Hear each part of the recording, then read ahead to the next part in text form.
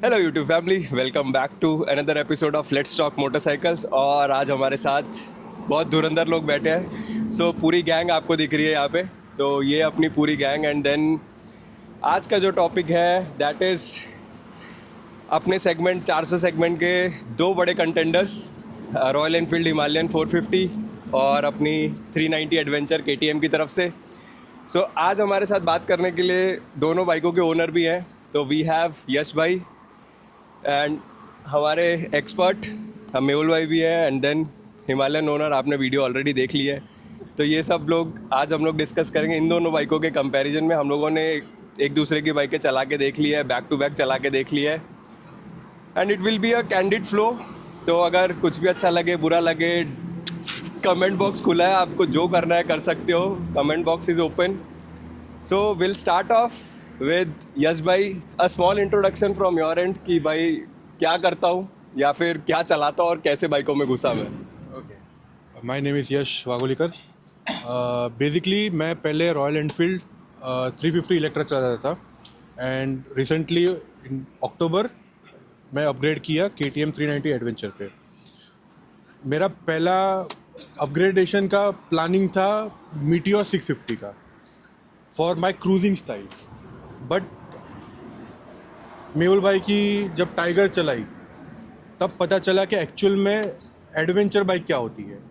So in this segment particular Himalayan, Jawa, KTM, this is the one of the bike के सारी segment में इसके मुकाबले में कोई नहीं है। ओके, नहीं true. So this is Yash भाई for you guys, a small introduction. And we have recently started riding, I guess almost अपने को 1 साल होने आया अभी जो हम लोग मिले। हम लोग या मेहुल भाई के थ्रू मिले थे, तो ऐसा था। अभी will start off with the heart of the engine. Pranav का आप ऑलरेडी जानते हो, Mehul is the proud owner of 1300 GSA। तो वो आपने वीडियोस पहले देख ली होंगी लेट्स टॉक मोटरसाइकिल सीरीज़ पे। तो what will do is will start off with the heart of the motorcycles that is engine and will go towards Yash भाई again कि उधर से चालू करते हैं, फिर will switch to Himalayan. And we have the mic to Yash भाई। Engine LC4C liquid cooled 4 cylinder engine. Engine performance single cylinder है बट ऑब्वियस वाइब्रेशन आने ही वाला है।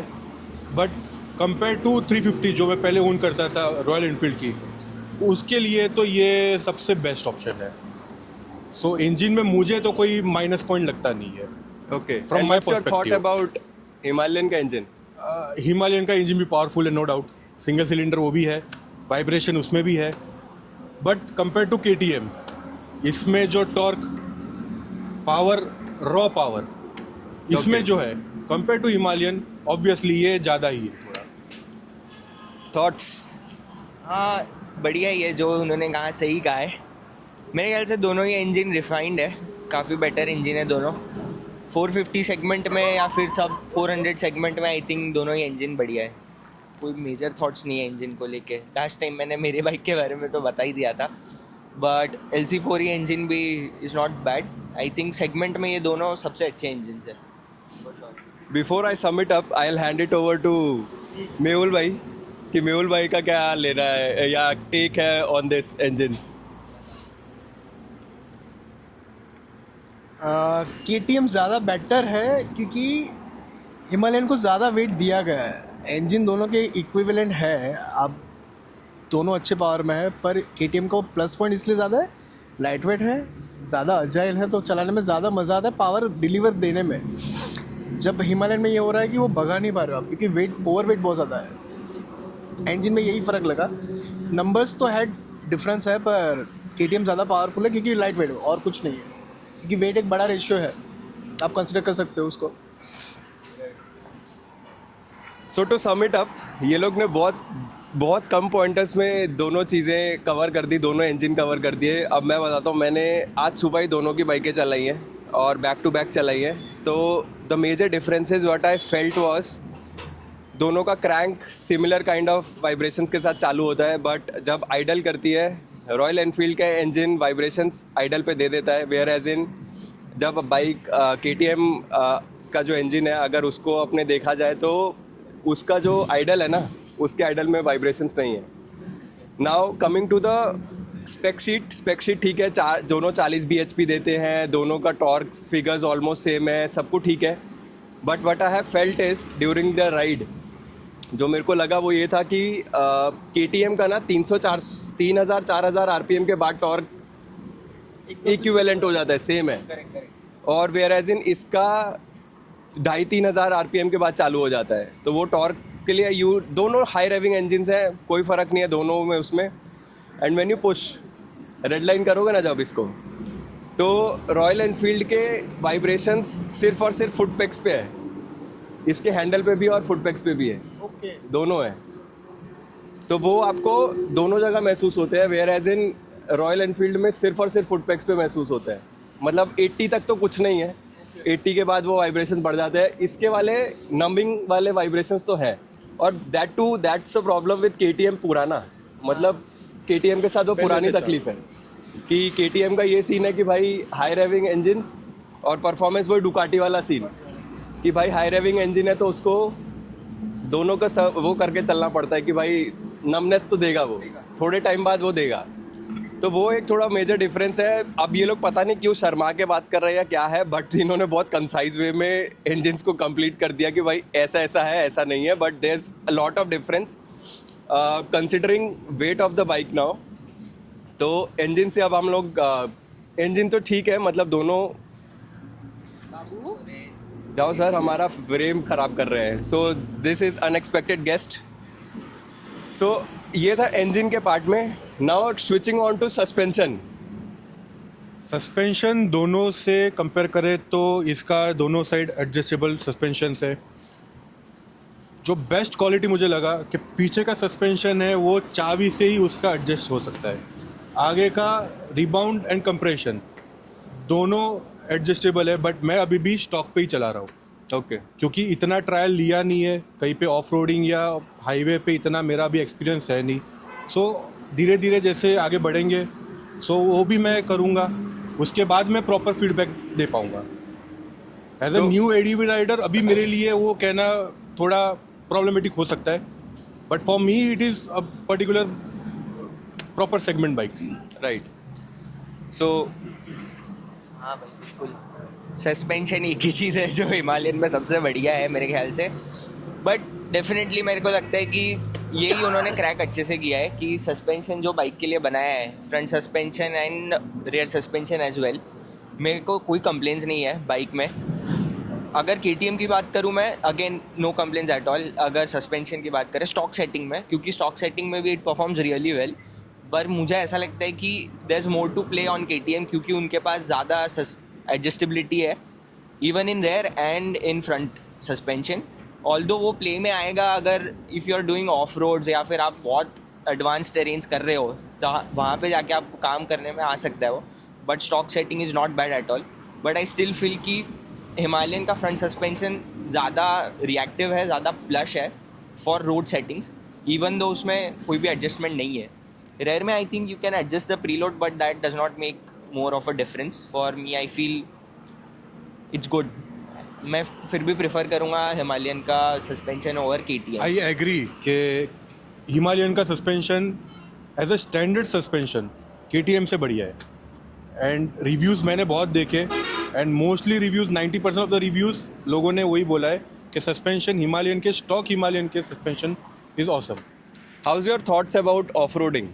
आपने ऑफ रोडिंग भी करी है रिसेंट, ऑफ-रोडिंग थोड़ी मेरे सी करी. लिए नया एडवेंचर है, ऑब्वियस सी बात है, but due to its light weight मुझे बहुत बढ़िया लगा वो चीज़ कंपेयर टू हिमालयन. ये बहुत लाइट वेट है, सो आगे पीछे करना है, सैडलिंग करना है, बहुत इजीली कर सकते हैं. Compare to Himalayan, Jawa, XYZ, ये सेगमेंट में जितनी बाइक्स है, light weight plus weight distribution perfectly दिया है इसमें. नहीं, उसमें मेरे को एक काउंटर है. मतलब कि जो मेरा काउंटर ऑफ रोडिंग को लेके ये है कि अगर बाइक थोड़ी हैवी हो तो it's more planted when you are in terms of off roading. मतलब अब जब हाई स्पीड्स पे हो तो वो बिच के चलेगी, वेयर एज इन अगर हल्की बाइक है तो वो एयरबॉर्न ज़्यादा जल्दी हो जाएगी. अगर जैसे हम नए राइडर्स हैं, मतलब अभी हम लोग उतने स्किल्ड नहीं है, राइट. तो उस हिसाब से अगर मैं देखूँ तो मेरे को ऐसा लगता है कि थोड़ी हैवी हो ना बाइक तो वो ऑफ रोडिंग में ज़्यादा अच्छा परफॉर्म कर पाती है, जस्ट बिकॉज वो नए राइडर को थोड़ा कॉन्फिडेंस दे देती है कि हाँ भाई मैं हूँ, ट्रैक पे ही हूँ, ऑन ग्राउंड लेवल पे चलती है। वेयर एज इन अगर मैं KTM की बात करूँ तो KTM can be a bit unsettling for new Riders जो एक्सपीरियंस है, जिनको पता है कि ऑफ रोडिंग कैसे करनी है, उनके लिए वो इतना ज़्यादा अनसेटलिंग नहीं होगा, जस्ट बिकॉज कि भाई उनको पता है कि बाइक कैसे रिस्पॉन्ड करती है। वेयर एज इन नए राइडर के लिए अगर वो भारी बाइक है और एयरबॉर्न नहीं हो रही है ज़्यादा, कि बम्प्स पे ज़्यादा उछल के ऊपर हवा में नहीं चली जा रही है, एंड नया राइडर अगर ढंग से लैंड नहीं करवा पाया उसको, तो फिर बाइक आपको गिरा देगी। बट फ्रॉम माई पर्सपेक्टिव जितनी लाइट वेट बाइक्स हो सकती है प्रॉपर ऑफ रोडिंग के नहीं, लिए, true definitely, it is my perspective नहीं बात सही है कि अगर आप जा रहे हो कहीं पे अगर फंस गए सो आप आराम से उसको आगे पीछे कर सकते हैं। करेक्ट, जबकि हिमालयन में वो चीज़ पॉसिबल नहीं है। नहीं ट्रू डेफिनेटली, मतलब मेरे को ऐसा लगता है कि it's more of getting the skills correct. Instead of just blaming the bike, या बाइक में कमी है ऐसा नहीं है। मैं ये नहीं बोल रहा कि बाइक में कमी है, मैं ये बोल रहा हूँ कि हमारे स्किल लेवल पे डिपेंड करता है कि हाउ या फिर कितना अच्छे से we can utilise the machine और ऑप्टिमाइज द मशीन की परफॉर्मेंस इन ऑफ रोड और ये क्या बोलते हैं अपना road. Correct. Where as in दोनों बाइकों में रोड और ऑफ रोड की परफॉर्मेंस बहुत अच्छी है। मेरे को इसका सस्पेंशन और इसका सस्पेंशन दोनों अच्छे लगे थे। ऐसा नहीं है कि बहुत ड्रास्टिक डिफरेंस है दोनों बाइकों के सस्पेंशंस में। मेरे को सस्पेंशन इवन हाईवे पे इसका भी सही लगा है, ऑफ रोड दोनों मैंने बाइकें चलाई हैं तो मेरे को वो भी ठीक लगी थी कि ऐसा इतना ज़्यादा नहीं है। हाँ, आरी का suspension is a bit stiffer side, where as in इसका सॉफ्ट है, प्लस एडजस्टेबिलिटी के साथ अपने बहुत ज़्यादा खेल सकते हैं, जो कि आरी में नहीं है। नहीं है। मेहुल भाई, एनी पॉइंट्स? ये बहुत ज़्यादा सॉफ्ट है, एक्स्ट्रा सॉफ्ट जो था। स्टैंडर्ड इसका जो था ना, जब स्टार्टिंग में इसने डिलीवरी ली और पहली राइड हमने करी थी ना, तो मेरे वेट के हिसाब से ये बाइक बहुत ज़्यादा कॉम्प्रेस हो जाती थी। स्टैंडर्ड ही ज़्यादा सॉफ्ट देती है, इसको थोड़ा स्टीफ करना पड़ता है, जब ये उस मामले में बेटर है। और मैं एग्री करता हूँ, थोड़ा वेट तो चाहिए बाइक में ऑफ रोडिंग में, और 10-15 kg अगर ज़्यादा भी रहता तो अच्छा रहता, क्योंकि 1300 के साथ ये है कि मैं पहुँच नहीं पाता था, तो मैं बाइक को घुमा नहीं सकता। ये जगह पे ये भी सही है, तो थोड़ा मिडल वेट अगर थोड़ा ज़्यादा रहता काउंटर, तो ये परफेक्ट हो सकती थी। फिर उन्हें एवरेज बेवरेज सब निकालने के लिए शायद ज़्यादा ही हल्की कर दी है बाइक, इतना नहीं हल्का करना था। पर ये डेफिनेटली ये लेके तो मैं गिरूँगा, क्योंकि जिस हिसाब से हम पावर में ट्रेल करते हैं, ये ओवर पावर हो गई ना तो ये गिरा देगी, क्योंकि वो हवा में चली जाएगी। और जब ये लैंड करेगी तो वो इतना प्रॉपर लैंड नहीं कर पाए, क्योंकि वेट नहीं है। तो एक वो पॉइंट हो सकता है, पर तेरा बॉडी वेट भी ज़्यादा है, तो शायद से डिपेंड ऑन, माइक ऊपर कर लो ना, यहाँ रख लो। हाँ, डिपेंड करता है वो डरता है अपने मजनू। स्किल्स पे। एट लास्ट वो स्किल्स पे ही बात आती नहीं, है। ट्रू स्किल तो मैटर करते हैं। मतलब मेरे को ऐसा लगता है कि वेट इज सब्जेक्टिव, ट्रू। वो स्किल के सब्जेक्ट के हिसाब से है कि आप अगर बहुत ज़्यादा स्किल्ड हो तो आपको हल्की बाइक चलाने में मज़ा आएगा, जैसे कि वो मोटो क्रॉस बाइकें आते हैं, ये जो बाइकें हैं, या डकार पे बेस्ड जैसे है ये bike, particular Dakar rally bike. Correct. तो डकार के हिसाब से you need lighter weight in terms of कि स्किल है, सब कुछ है, चलाने वाला उतना यूज टू हो चुका है बाइकों के। वेयर एज इन हम जो हैं, हमारा स्किल उतना ज़्यादा है नहीं उस चीज़ को लेके, तो वो थोड़ा एक प्रॉब्लम तो रहेगी। बट हाँ, फ्रॉम अ नूब्स पर्सपेक्टिव मेरे को लगता है दोनों के सस्पेंशन वाइज ठीक है, एडजस्टेबिलिटी दे दी, इसलिए KTM को ये पॉइंट जाता है कि भाई KTM is far better than आरी इन टर्म्स ऑफ सस्पेंशन। भाई मेरा काउंटर है इस पे मैं जेन्युइनली काउंटर देना चाहूँगा।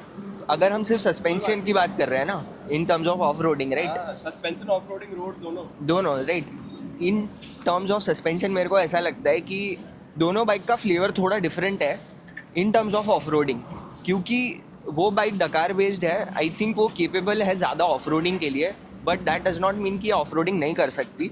बट डिपेंड करता है कि आपको कौन सा फ्लेवर ज़्यादा पसंद आता है। If you are more leaning towards कि भाई मेरे को लाइट वेट बाइक चलानी है, मेरे को सस्पेंशन थोड़ा प्लस चाहिए और मेरे को एडजस्टेबिलिटी ज़्यादा मैटर करती है, तो definitely KTM is the option for you. But अगर आपको लगता है कि हिमालयन का आप वेट हैंडल कर सकते हो या आप बाइक के साथ यूज टू हो सकते हो, तो फिर आई डोंट थिंक कि KTM में भी कोई प्रॉब्लम है। आई थिंक ये फिर बात वही पे आ जाती है कि आपका राइड स्किल कितना ज़्यादा डेवलप होता है विद टाइम। जैसे जैसे इवॉल्व होता है आई थिंक आप कोई भी बाइक पे कर सकते हो ऑफ रोडिंग, और फिर आप ज़्यादा फीडबैक भी दे सकते हो. वेट मेरे को ऑफ रोडिंग पे हिमालयन पे कभी फील नहीं होता है, बिकॉज आपका एड्रेनलिन इतना हाई होता है जब आप ऑफ रोडिंग कर रहे होते हो. बस मेरे को एक चीज़ ज़्यादा अच्छी उसमें ये लगती है सस्पेंशन में, कि वो रियर सस्पेंशन उसका ज़्यादा रिएक्टिव है in terms of Himalayan. But I still don't think it is stiff. But Vishal भैया को काफ़ी ऐसा लगता है कि स्टिफ है, मेहुल भाई को भी लगता है कि स्टिफ है. मेरे वेट की वजह से अगेन हो सकता है कि आई डोंट फील दैट डिफरेंस. हो सकता है उसकी वजह से प्रॉब्लम ना आए मुझे, but I don't think it is a problem in Himalayan. मैं भी एक चीज़ ऐड करना चाहूँगा कि this is properly off roading bike, जबकि हिमालयन टूरिंग बाइक है. एज ए सीट कंपैरिजन करेंगे तो सीट टूरिंग के लिए that is one of the best, but ये प्रॉपर डका रैली टाइप है. करेक्ट. सो ये ऑफ रोडिंग के लिए प्रॉपर ये ऑफ रोडिंग कर सकती है, बट टूरिंग के लिए एक बार राइडर चल सकता है, बट पिलियन के लिए तो बहुत ज़्यादा इशू है. नहीं ट्रू. मेरे को ऐसा भी लगा कि जो सस्पेंशन का जो हम लोग डिस्कस कर रहे थे ना, इट्स मोर ऑफ हमारा हर बार बीमर के साथ थोड़ा बायसनेस आ जाता है कि भाई हमारा कंपैरिजन बीमर के साथ हो जाता है. मतलब आप बीमर को एक असाइड करके अगर हम सिर्फ, अब प्रॉब्लम ये है कि भाई हम लोग उतने बड़े रिव्यूअर भी नहीं हुए अभी कि we can come with a blank slate और उसके बाद हम लोग सिर्फ और सिर्फ बाइक के बारे में बात करें. बट हाँ, जब हम कंपेयर करने बैठते हैं तो समहाउ बीमर चलाने के बाद अब हम ऐसे हो गए कि जैसे मेहुल भाई बता रहे थे कि भाई वेट चाहिए मेरे को थोड़ा, तो वो वेट सिर्फ इसीलिए चाहिए क्योंकि बीमर हैवी है you are already. Used to Beemer. Correct. So Beemer इतनी हैवी है ऑलरेडी. 2 मिनट का ब्रेक.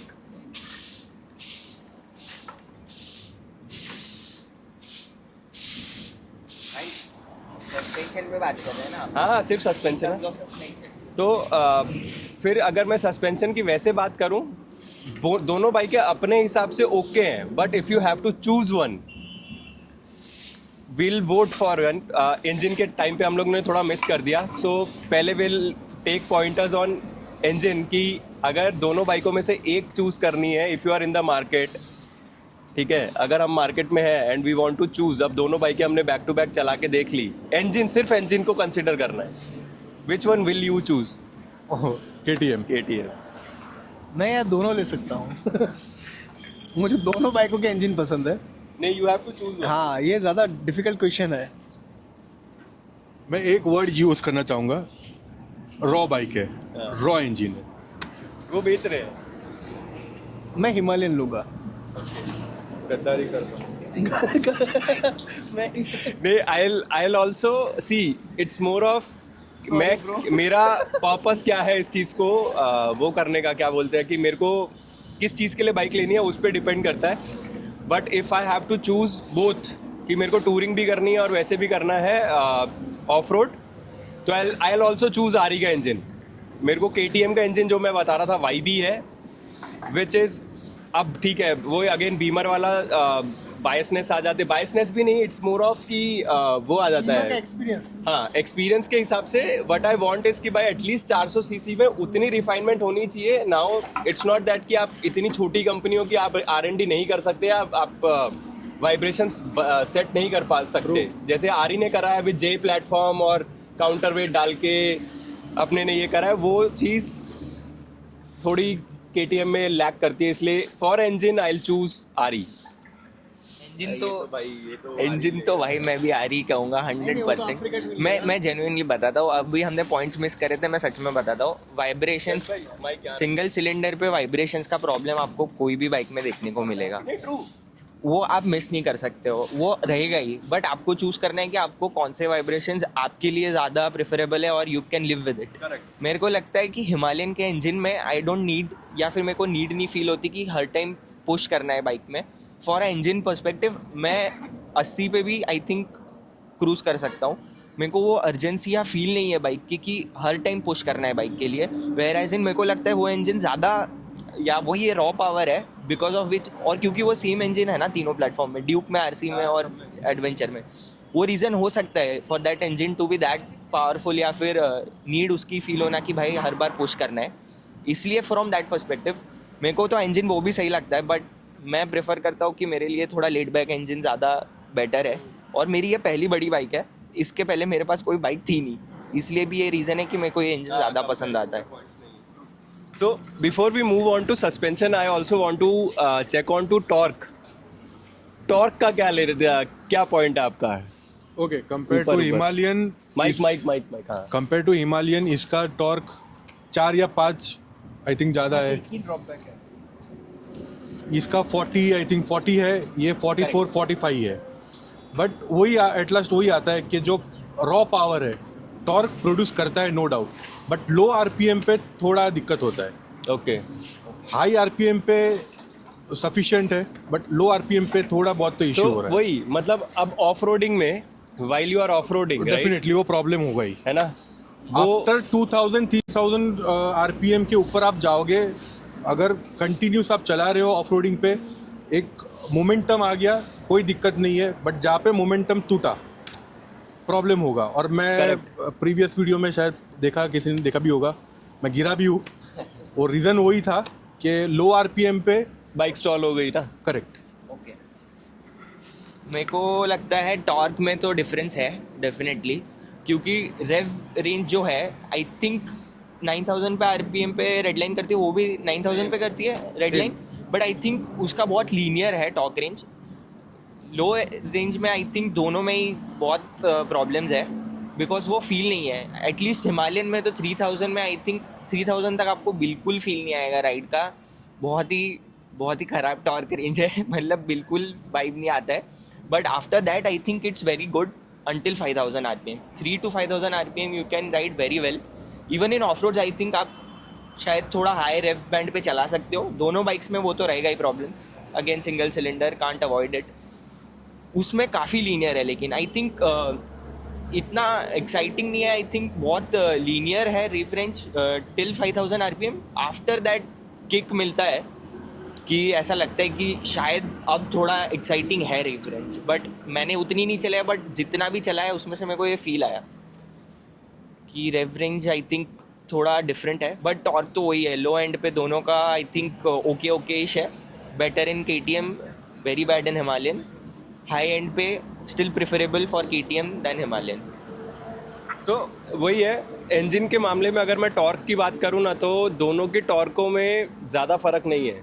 टॉर्क और इंजन फील, मतलब फिगर्स कुछ भी बोल सकते हैं, almost same he. But feel अगर देखा जाए तो दोनों हाई रेविंग इंजन है. दोनों को आपको एक आरपीएम से ऊपर रखना पड़ेगा. If you don't want to 4000 के ऊपर ही आपको जाना पड़ेगा. करेक्ट. तो अगर नहीं तो स्टॉल होने के चांसेस बहुत ज़्यादा रहते हैं.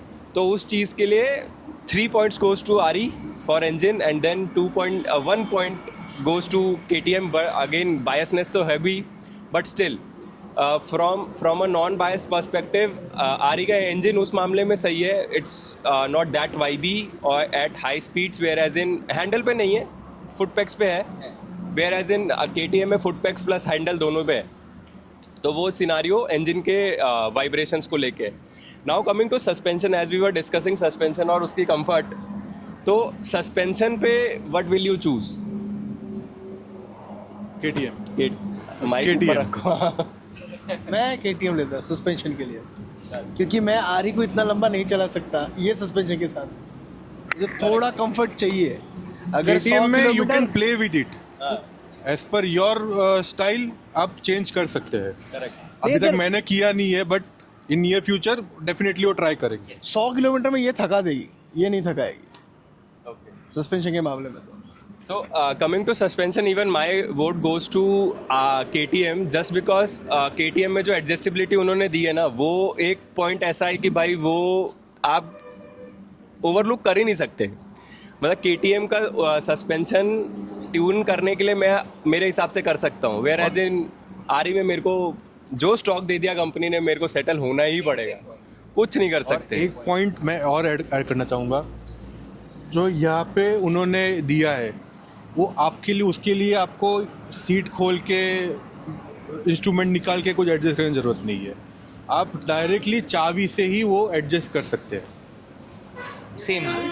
हाँ, चाबी से काफ़ी खुश है. बहुत कुछ है. That is the main thing भाई. हाँ, आई थिंक R&D इसको बोलते हैं. R&D प्रॉपर R&D, इंडियन जुगाड़. हाँ, आई थिंक सेम. जो एडजस्टेबिलिटी है वो बहुत मेजर पॉइंट है सस्पेंशन सेटअप के, जो सेटिंग में है वो. बस वही एक रीज़न है. बाकी आई थिंक KTM का ज़्यादा बेटर है for that only reason. Correct. So the verdict is KTM wins into suspension. तो उसमें सिनारियो ऐसा है कि अभी while we are on to suspension, now we switch on to comfort, क्योंकि suspension is directly equivalent to comfort. Okay. Right. How is the comfort on KTM? आपने almost 6 कितने महीने हो गए, 3-4 3 months. 3 months हो गए बाइक 3 को and a half चलाते हुए. And how is your experience in terms of suspension और कंफर्ट?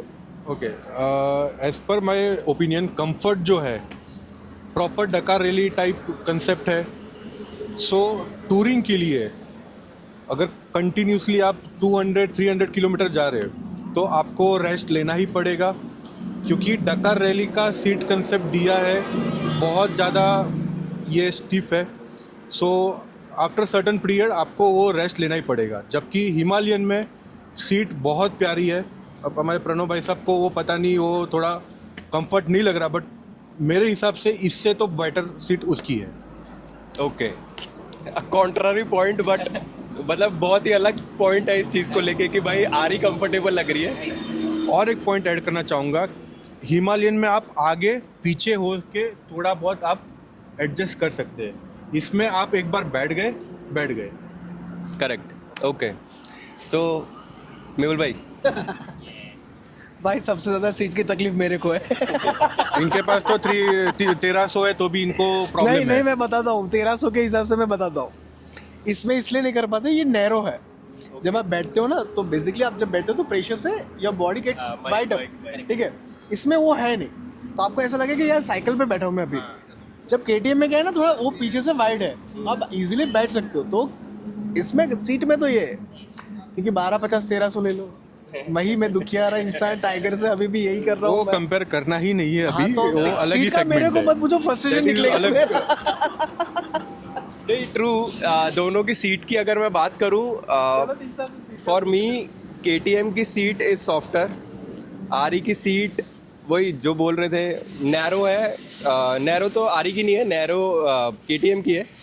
आरी की सीट चौड़ी है तो सपोर्ट ज़्यादा है, फट्टा है बट ठीक है, सपोर्ट ज़्यादा है. वेयर एज इन KTM की सीट, हाँ, KTM की seat is basically designed for off roading. वो इसलिए बनाई गई कि आपके टांगों के बीच में आपको सिर्फ बाइक खेलनी है, तो इसकी वजह से वो सीट थोड़ी सी अनकंफर्टेबल नहीं है, बट कुशनिंग अच्छी है बाइक इसमें. विद दिस पॉइंट, हाँ, ये KTM एडवेंचर में ये एक ही है सीट ऑप्शन आई थिंक, है ना? हाँ, तो वही है कि because it's a rally bike so you get a rally seat, but I think rally seat होने के बावजूद भी it's not very uncomfortable. I can do kilometres on it,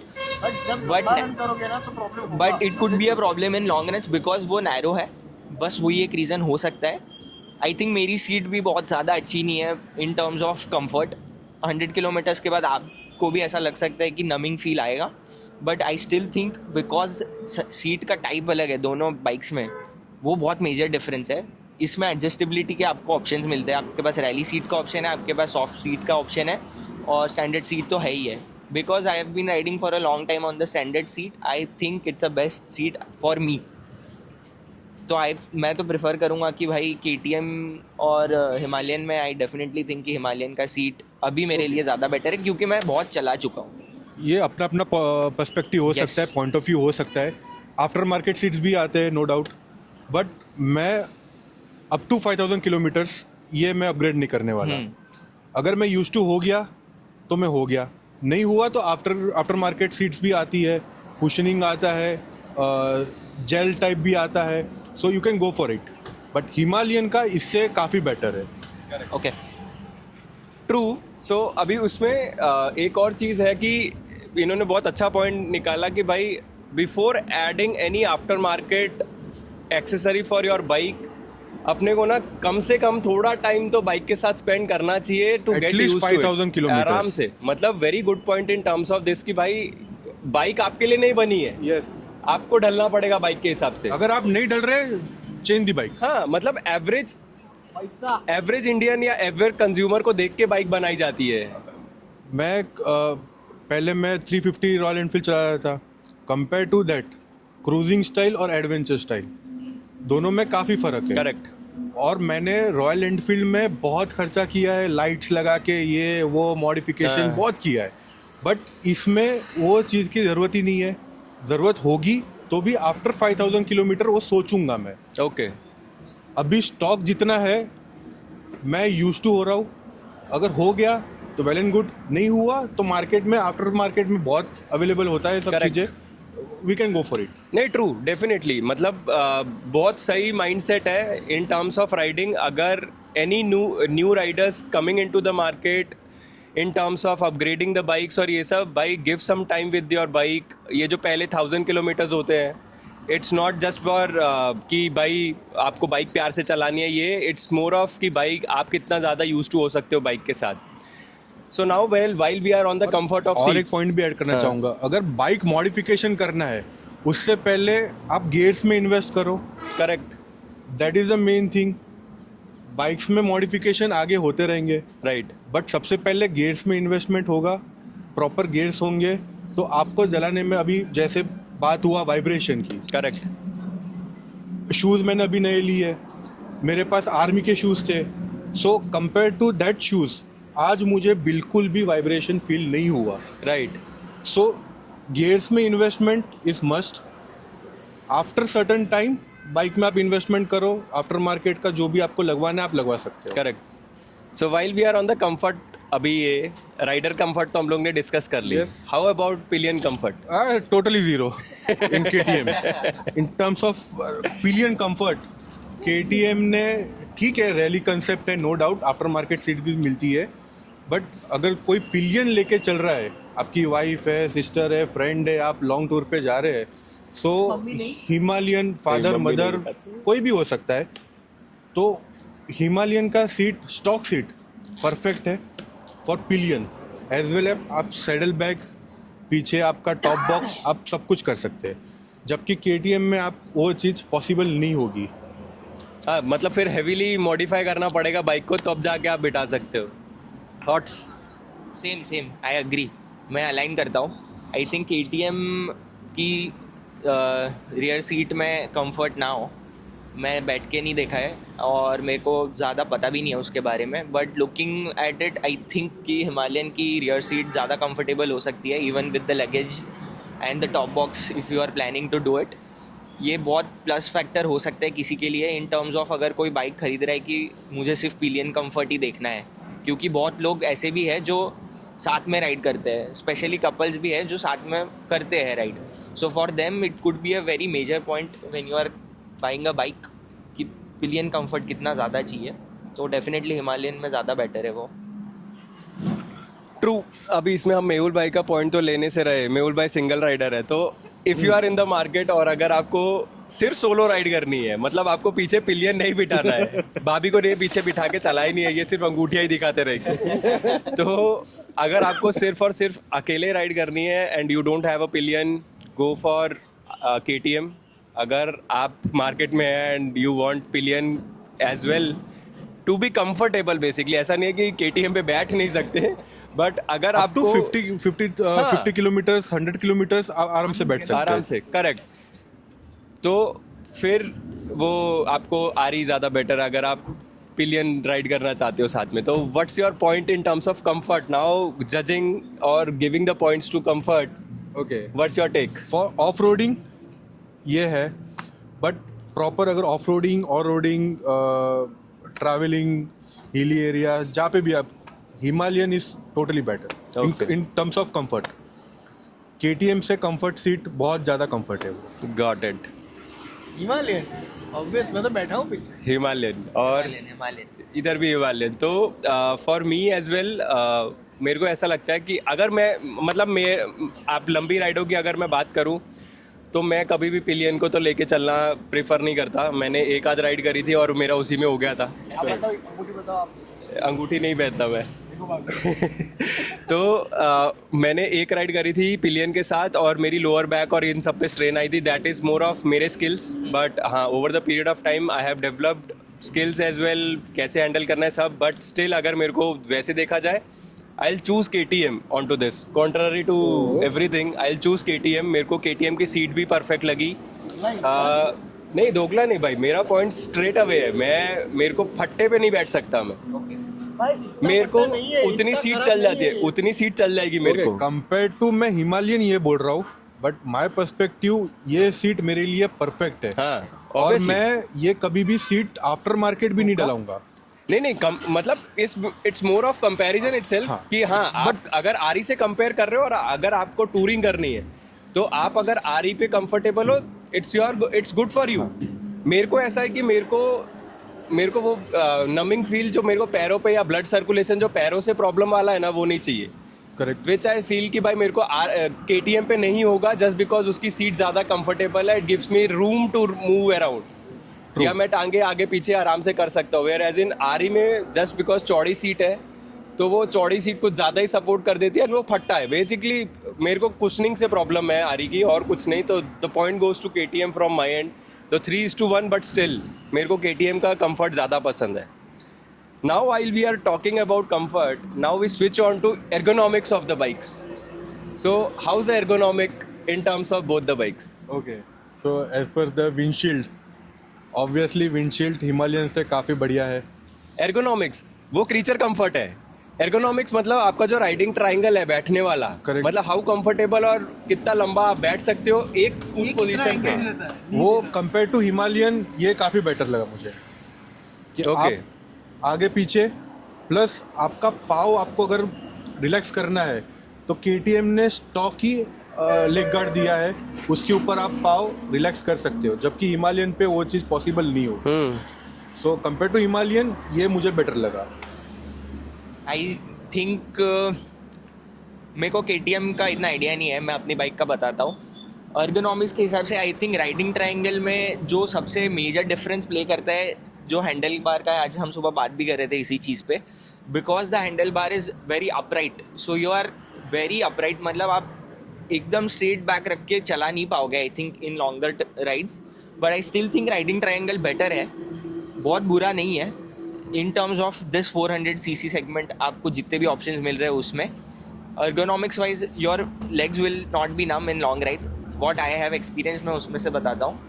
legs में you will feel comfortable, you can ride on with your toes on your foot pegs, it's good. And I think riding triangle थोड़ा better हो सकता था इन terms of, मेरे को वही लगता है हैंडल बार और how it is positioned right now. अगर थोड़ा नीचे भी हो सकता था, I think it would have been much more better, but still अभी भी जो है setup I think it's good. Okay, मैं आपको पूछ रहा हूँ कि आपको अगर ये देखना हो, सो इन केस अगर ऑलमोस्ट हाइट सेम ही है, अगर हैंडल बार राइजर अपने कर दे, सो ये बेटर ऑप्शन हो सकता है। फिर इसके वाला इशू नहीं, मैं बताता हूँ। मतलब मैं पहले सबसे ले रहता हूँ पॉइंट, उसके बाद आई विल गेट इनटू कि मैंने क्या फील करा। मैं अग्री करता हूँ प्रणव की बात को, क्योंकि ये बेटर है चलाने के मामले में। पर आरी जब हम जैसलमेर गए थे, रात को निकले थे, ये थका देगी। ये अर्गोनॉमिक्स, अपने पैरों का एंगल छोड़ दो, आपके ट्रैप्स ख़त्म हो जाएंगे। इसकी रिचेबिलिटी बहुत ज़्यादा लंबी है, आपको आगे खींच के रहना पड़ता है। तो एटलीस्ट आप आगे चला के रखोगे तो इशू हो रहा है।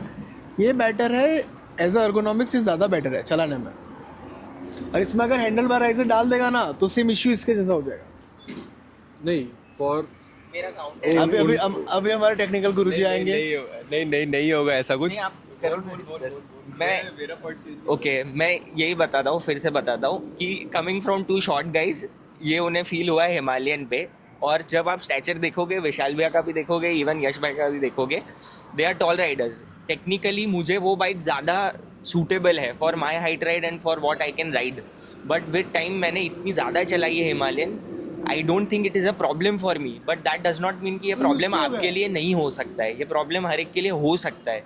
But from what they have done with the chassis, even with the 450, I don't think it is a problem. Definitely ये बहुत बेटर है प्रीवियस जनरेशन से। इवन KTM में भी आई थिंक इवॉल्व हुआ ही होगा विद जनरेशन से, ये काफ़ी इवॉल्व हुआ है। हाँ, इवॉल्व हुआ ही होगा। But I still prefer ergonomics में भी, आई डोंट थिंक कि मैं KTM को चूज़ करूँगा ओवर हिमालयन। सो भाई मेरा बहुत ही अलग ओपिनियन है सबसे। मैंने बैक टू बैक जब चलाई है, दोनों के एर्गोनॉमिक्स ऑलमोस्ट सेम है, ऑलमोस्ट सेम है।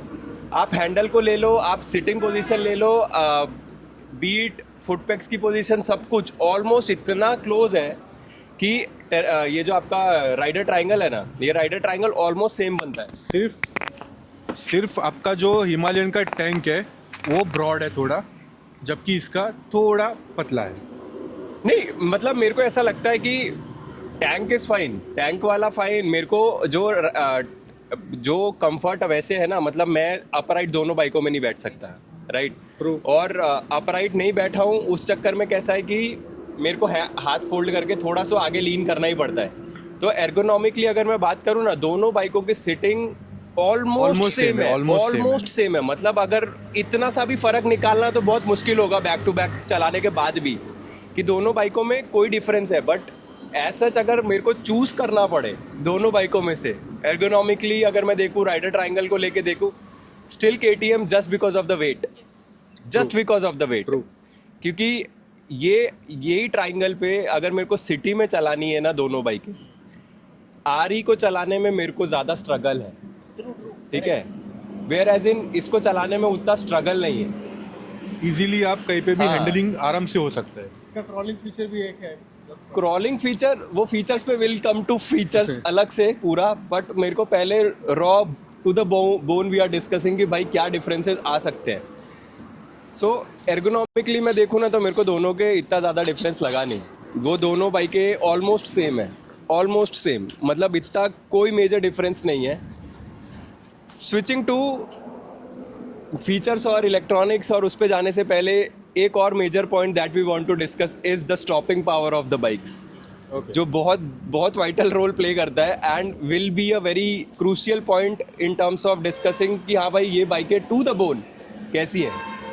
What's your take on brakes? मैंने हिमालयन इतना मैंने चलाया नहीं है, बट KTM का उतना मैं बोल सकता हूँ कि ब्रेक्स के मामले में डेफिनेटली जितना पावर है उतना ब्रेक्स भी उन्होंने कंप्लीट दिया है। फ्रंट ब्रेक, रियर ब्रेक दोनों पावरफुल है। नहीं है इसके लिए अभी तो मुझे तो कंप्लीटली लग रही है। अब जैसे जैसे यूज टू होगा, जैसे जैसे गाड़ी चलेगी, ब्रेक पैड जाएंगे कितने लोग जैसे, उसके बाद पता चलेगा कि वो ब्रेक एक्चुअली कैसे काम करती है। बट अभी तक तो बहुत बढ़िया है। आई थिंक सेम ही है ऑलमोस्ट। आई डोंट थिंक ज़्यादा डिफरेंस है स्टॉपिंग पावर में, ऑलमोस्ट सेम ही है दोनों में। आई थिंक फ्रंट का बाइट बहुत बेटर है KTM में। प्रोग्रेसिव ब्रेकिंग बहुत ज़्यादा लीन करती है हिमालयन टुवर्ड्स प्रोग्रेसिव ब्रेकिंग। मतलब अगर आपको फील चाहिए on the push of the lever, then आपको वो नहीं मिलेगा हिमालयन पे फॉर श्योर। वो KTM में ज़्यादा बेटर है in terms of the rear. At last उस पर ही आता है कि वो लाइट वेट है, so you can easily stop it. आप इजीली थ्रोटल करके वापस गाड़ी खींच सकते हो, वापस इजीली आप स्टॉप कर सकते हो। जबकि हिमालयन में वो प्रॉब्लम है कि वेट इतना है कि आपको उसको स्टॉप करने के लिए बहुत मेहनत करनी पड़ेगी। ओके हाँ, मतलब वही है कि वेट भी एक मेजर पार्ट प्ले करता है stopping for the stopping of the bike. But मेरे को ये भी लगता है कि रियर्स ब्रेक्स पे उन्होंने बहुत अच्छा काम किया है। ये मेरे को पता नहीं था, but I think from previous generation they faced a problem कि उन्हें रियर में से उतना नहीं मिल रहा था output, so they made it bigger. I think इसमें थोड़ा बड़ा है डिस्क, और रियर ब्रेक्स काफ़ी अच्छे हैं हिमालयन के। आप कोई भी बाइक से कंपेयर करोगे, आपको आउटपुट, अगर आप पैनिक ब्रेकिंग भी करते हो इन टर्म्स ऑफ दैट, आप हमेशा फ्रंट ब्रेक्स पे जाओगे फॉर श्योर, कभी भी अगर आपका आउटपुट आता है तो। बट रियर के साथ भी अगर आप कंपेयर करो, दोनों भी ब्रेकिंग करोगे आपको अच्छा ब्रेकिंग पावर मिल सकता है। बट फ्लेवर पे ही है बात कि आपको कितना प्रोग्रेसिव ब्रेकिंग चाहिए और कितनी क्रिस्प बाइट चाहिए ब्रेक्स पे, उस पर डिपेंड करेगा आप क्या प्रेफर करते हो। आई थिंक मेरे लिए तो सेम ही था दोनों। मेरे को ज़्यादा फ़र्क नहीं लगा ब्रेकिंग में। KTM भाई, जब इंडियन रोड पे आप बाइक चलाते हो ना, अचानक से ट्रक, कुत्ता, बिल्ली, इंसान, काका, काकी, KTM चाहिए। उसका बाइट बहुत प्रॉपर है। जब तू उसके पीछे का ब्रेक मारेगा ना, टायर लिटरली वो पुल करेगा और बहुत ज़्यादा अच्छा है। इसका ब्रेक नहीं है। और आरी के साथ ब्रेक मारने में प्रॉब्लम ये आता ना कि कभी भी वो भरोसा नहीं आता कि ये रुक जाएगी। वो सिर्फ हिमालयन का प्रॉब्लम ये नहीं है, तेरी पहली आरी की आरी है। सारी बाइक्स में वो इशू हमारे है। पास 2 आरी रह चुकी है, इनके पास 1 आरी थी। आरी में इशू है, इनकी ब्रेक्स बहुत ज़्यादा सॉगी है, एंड टाइम पे ही फंक्शन नहीं करती। वो कितना भी डिस्क ब्रेक दे दे, कितना भी बड़ा MM का दे दे, वो कुछ इशू नहीं होता। KTM पहले से ब्रेकिंग में बहुत बेटर है। तू चेक करना, तूने इतनी चलाई नहीं है तो एक बार चेक कर, 100 पे जा, ये भी 100 पे लेके जा, उसको ब्रेक लगा, यू डेफिनेटली फील कि ये ज़्यादा बेटर ऑप्शन है। मेरा हिमालयन का ऐसे गुस्सा निकल गया थोड़ा। नहीं हाँ मैं बताता हूँ विशाल भैया से पहले मैं बता देता हूँ कुछ। एक बहुत मेरे को लगता है यहाँ पे आप जो बोल रहे हो ना, ब्रेकिंग पार्ट भी जो बोल रहे हो, वो उसके साथ एड में क्या आता है पता है? आई थिंक आपको ट्रैक्शन की बात कर रहे हो आप, जो ट्रैक्शन किक इन करता है वो उसमें जो इलेक्ट्रॉनिक एड है वो उसकी वजह पार्ट से मैंने हो इसके सकता लिए है। इंक्लूड नहीं किया कि वो आफ्टर उसमें आएगा, तो बात ही नहीं करी उसने। बट आई थिंक बट वो रोल प्ले करता है। वो फील मेरे को ऐसा लगता है कि वो फील हो सकता है। बट आप स्पेसिफिकली जो रॉयल एनफील्ड की बाइक्स की बात कर रहे हो ना, ये बाइक के में और बाकी सब बाइक्स में आई थिंक बहुत मेजर डिफरेंस है। आपको नई बाइकें भी चला के देखनी चाहिए। हाँ हाँ तो अरे माइक नहीं था, सॉरी। तेरी जैसे मैं चलाई कम से कम 60-70 किलोमीटर चलाई जब तूने MJ भाई की बाइक चलाई थी। फिर इसकी मैंने कम से कम 100 किलोमीटर चलाई जब अपने वहाँ गए थे HMC कहीं पे, ठीक है। तब मैंने इसकी 100 किलोमीटर बाइक चलाई, तो 100 किलोमीटर में मैंने फील करा। एक मेरा क्लोज कॉल भी था, याद है, KTM पे। उस टाइम पे मुझे वो ब्रेक का इंपॉर्टेंस पता चला कि ये बाइक रुक जाती, इमीडिएट रुकती है। अगर हिमालयन होती ना तो मैं ट्रक में मिला होता। तो उस हिसाब से प्रैक्टिकल चीज़ों में ये बेटर है। इसके पास anything before we switch on to Technical Guruji बोले उससे पहले कुछ ब्रेक्स के मामले में ऑब्वियसली बात है कि हिमालयन नहीं, कोई भी आरी की बाइक हो, सुपर मीटियोर हो, गुरिल्ला हो, 350 स्टैंडर्ड, क्लासिक, कुछ भी हो, ब्रेकिंग का इशू आरी में ऑलवेज रहेगा। बट KTM में ड्यूक, एडवेंचर, कोई भी आप लो, ब्रेक्स के मामले में ये सेगमेंट में इसका कोई चैलेंज नहीं कर सकता इसको। मेरा बहुत अलग व्यूज है भाई इन लोगों से, पता नहीं ये लोग कैसे क्या कर रहे हैं। समझ ही नहीं आ रहा भाई क्या बात है। अब मैं बताता हूँ आरी, मतलब आरी की ब्रेक्स इतनी बुरी नहीं है। इंटरसेप्टर मेरा रीसेंट एक्सपीरियंस है। 5 लाख की बाइक नहीं, अरे ऐसा नहीं होता है भाई, ब्रेक्स डेवलप करी है उन्होंने, ऐसा नहीं कि ब्रेक्स नहीं डेवलप करी है आरी ने ब्रेक्स डेवलप करी हैं। मैं ये नहीं बोल रहा कि इससे बेटर हो जा रही है या उससे बेटर हो जा रही है, पर इंटरसेप्टर पे ब्रेक्स बहुत अच्छी थी। आरी ने हिमालयन पे भी काम करा है, नो डाउट। ब्रेक्स लैगी हैं, सॉगी हैं, सब कुछ है, पर उन्होंने वो ब्रेकिंग वैसे बनाई, उनको पता है कि हमारा जो एवरेज राइडर है ना, वो जो हम जैसे चला रहे कुत्तों की तरह नहीं रगड़ने वाला उसको, राइट। और वो हर टाइम खींच के नहीं चलाने वाला और ना अग्रेसिव ब्रेकिंग करने वाला है। वो एकदम प्लान करके चलेगा कि भाई अगर कुछ सामने, हाँ, कि अगर मैं चला रहा हूँ तो मेरे को कब जाके रुकना है, तो मेरे को कब ब्रेक मारनी है, right. You have to plan well in R E, वो है। Where as in KTM punchy है जो हमें पसंद आती है कि भाई वन टच और ब्रेक लगेगी, वन टच ब्रेक लगेगी। और प्लस मेरे को ऐसा भी है कि हिमालयन में ना इन्होंने वो नहीं दिया है, क्या बोलते हैं, एडजस्टेबल लीवर्स नहीं दिए हैं, जिसकी वजह से you can not change the feel basically कि कहाँ ब्रेक लगनी शुरू हो जानी चाहिए। जो KTM पे ये है कि भाई वो लीवर एडजस्ट हो जाते हैं ना, तो मेरे को पता है कि अगर मेरे को थोड़ा पीछे आगे ब्रेक लग रही है ना, तो मैं उसको थोड़ा सा और आगे कर दूंगा। अगर मैं लीवर आगे को सेट कर दूँ तो मेरे को वो बाइट मिल जाएगी। वेयर एज इन मैं इसमें तो वो खेल ही नहीं सकता हूँ, इसमें तो मैं ज़ीरो खेल सकता हूँ क्योंकि मेरे को एडजस्टेबिलिटी दी ही नहीं है। तो वो एक ड्रॉबैक है आरी का। वेयर एज इन हाँ, ब्रेक्स सॉगी है, प्रोग्रेसिव है, जैसे ये बोल रहा था वो कि भाई ब्रेक्स प्रोग्रेसिव है, वो बाइट नहीं देता एकदम से वाली।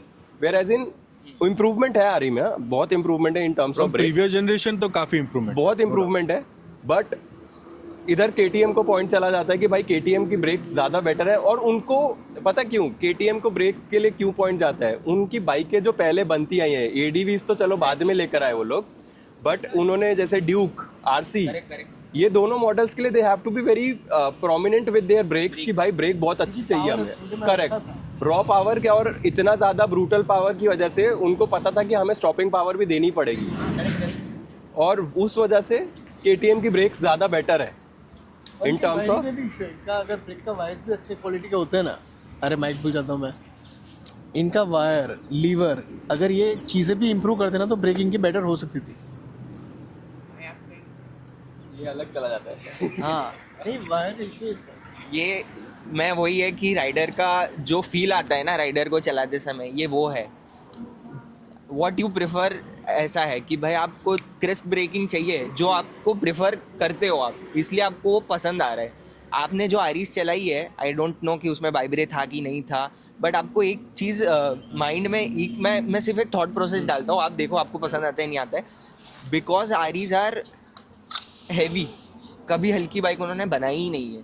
आप कंसिडर करो उनके पास इंटरसेप्टर थी, उसका ब्रेकिंग बहुत अच्छा था और हमारे कुछ कुछ क्लोज कॉल्स इतने क्लोज थे कि मैं इमेजिन भी नहीं कर सकता कि वो रुक सकती थी, कंसिडरिंग इट्स आरी. बट आप एक बार भूल जाओ कि रॉयल एनफील्ड है और फिर आप ब्रेकिंग देखो, क्योंकि दोनों में वाइब्रे ही है. ब्रेक्स में तो आपको कोई डिफरेंस नहीं मिलेगा, बट वही है कि आप कैसा ब्रेकिंग फील आपको पसंद आता है.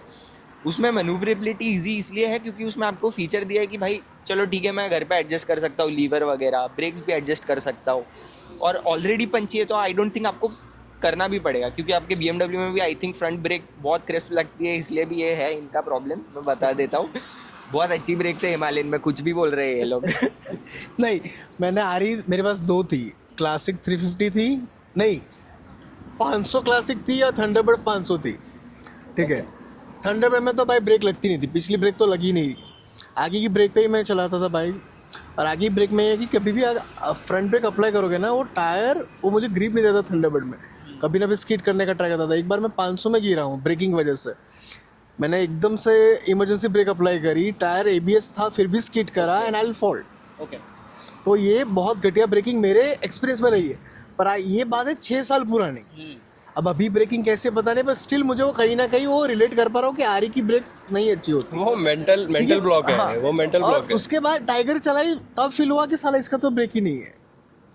हाँ सही है, मेंटल ब्लॉक नहीं, वो मेंटल ब्लॉक नहीं, वो पागल क्यों है? एक्चुअली वो एक्चुअली वेट का भी है. मतलब जो प्रणव बोल रहा था वो बहुत बैंग ऑन पॉइंट था इस चीज को लेके कि आरी ने कभी हल्की बाइकें बनाई नहीं. एग्जैक्टली. तो उनकी नहीं बनानी चाहिए, ट्रू बनानी चाहिए, बट उन्होंने कभी हल्की बाइक बनाई नहीं. तो जितना ज़्यादा वेट उतना ज़्यादा स्टॉपिंग तो पावर लगेगी, और वो सॉगी ब्रेक्स ही लगेंगी, प्रोग्रेसिव ही होगी. तो मेन रीजन वेट का ही है. ब्रेकिंग का इशू अगर हो रहा है, सबको नहीं होता, बट जिसको हो रहा है वो वेट के लिए ही होगा. मोटा हुआ ऐसा नहीं, वो सिर्फ इन बॉडी वेट की बात नहीं है. इट्स मोर ऑफ कि भाई बाइक का वेट कितना है, बाइक का वेट भी कंसिडर होता है. So will take a quick short break just for checking few things, technicalities, और उसके बाद we'll continue with the discussions on the bikes. 2 minute मैं चेक कर लूँ तो. हाँ, चल रहा है कि नहीं चल रहा है. आप चेक करो. भाई पता चला बात ही कर रहे सिर्फ पूछ रहे भाई 52 मिनट्स वेरी गुड. नहीं ना, कंटिन्यू कर रहे हो भाई, बंद नहीं कर रहे. हाँ कंटिन्यू कर रहे हो. मतलब ब्रेक एज इन मेरे को सिर्फ ये चेक करना था कि चल रहा है कि नहीं चल रहा है.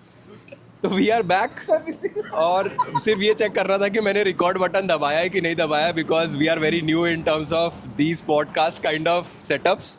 तो ये डिस्कशंस विल कंटिन्यू आगे भी.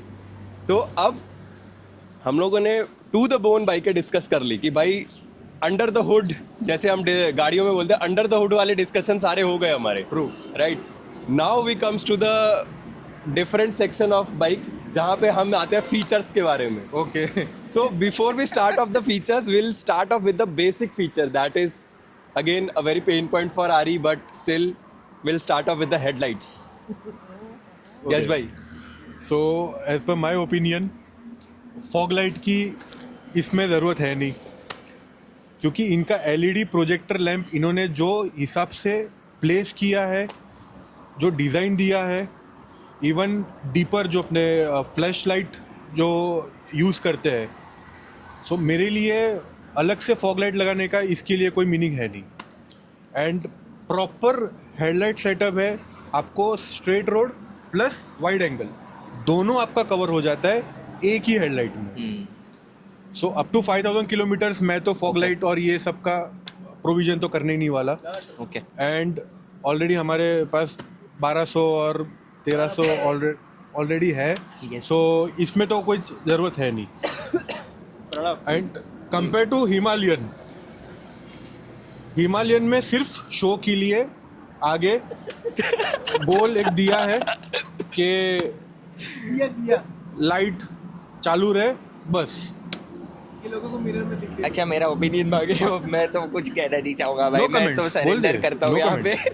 हिमालयन में आगे एक दिया दे दिया है कि भाई चला लो, इसे देख के तुम्हें दिखता है तो नहीं. बट मैं इसमें तो कोई ओपिनियन ही नहीं है, सबका एक ही ओपिनियन है कि हिमालयन की लाइट गंदी है। बट भाई केटीएम में जो हेडलाइट दी है ना, वो स्टॉक एंड इतनी अच्छी प्रीवियस headlight है। जनरेशन से काफ़ी बेटर दिया है इसमें।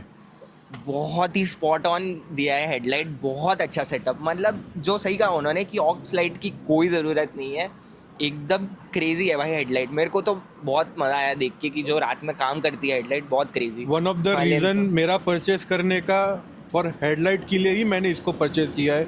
जो डकार स्टाइल उन्होंने कंसेप्ट निकाला है, प्रीवियस जनरेशन का जो साइड का उनका था, एज पर माई ओपिनियन मुझे बिल्कुल पसंद नहीं आया। बट ये जो डकार रैली टाइप उन्होंने निकाला है, और लाइट का जो थ्रो है, प्रोजेक्टर दिया है जो कि इसमें मिसिंग है, वो काफ़ी बेटर है। नहीं बिल्कुल सही बात है। So again discussion is one sided. मैं इसीलिए बोल रहा था पहले कि ये एक ऐसा पेन पॉइंट है आरी के लिए, जो आरी काम ही नहीं कर पा रही है।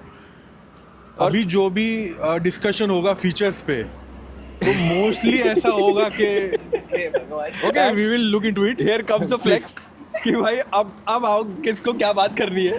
तो डेफिनेटली जब हम हेडलाइट की बात कर रहे हैं, वेरी वाइटल। मैं features is very creature comfort वाली चीज़ें, तो उस पर ज़्यादा इतना लोड नहीं है मेरे को कि भाई वो उस चक्कर में KTM जीत जाएगी या आरी जीत जाएगी, उससे नहीं। बट हाँ, हेडलाइट इज़ समथिंग जो भाई बहुत ज़्यादा ज़रूरी है। एंड KTM वालों ने भाई बैंग ऑन काम करा उस चीज़ पे। भाई साहब उन्होंने क्या लाइटें दी हैं, the design of it, the throw of it और एवरीथिंग बहुत प्यारा।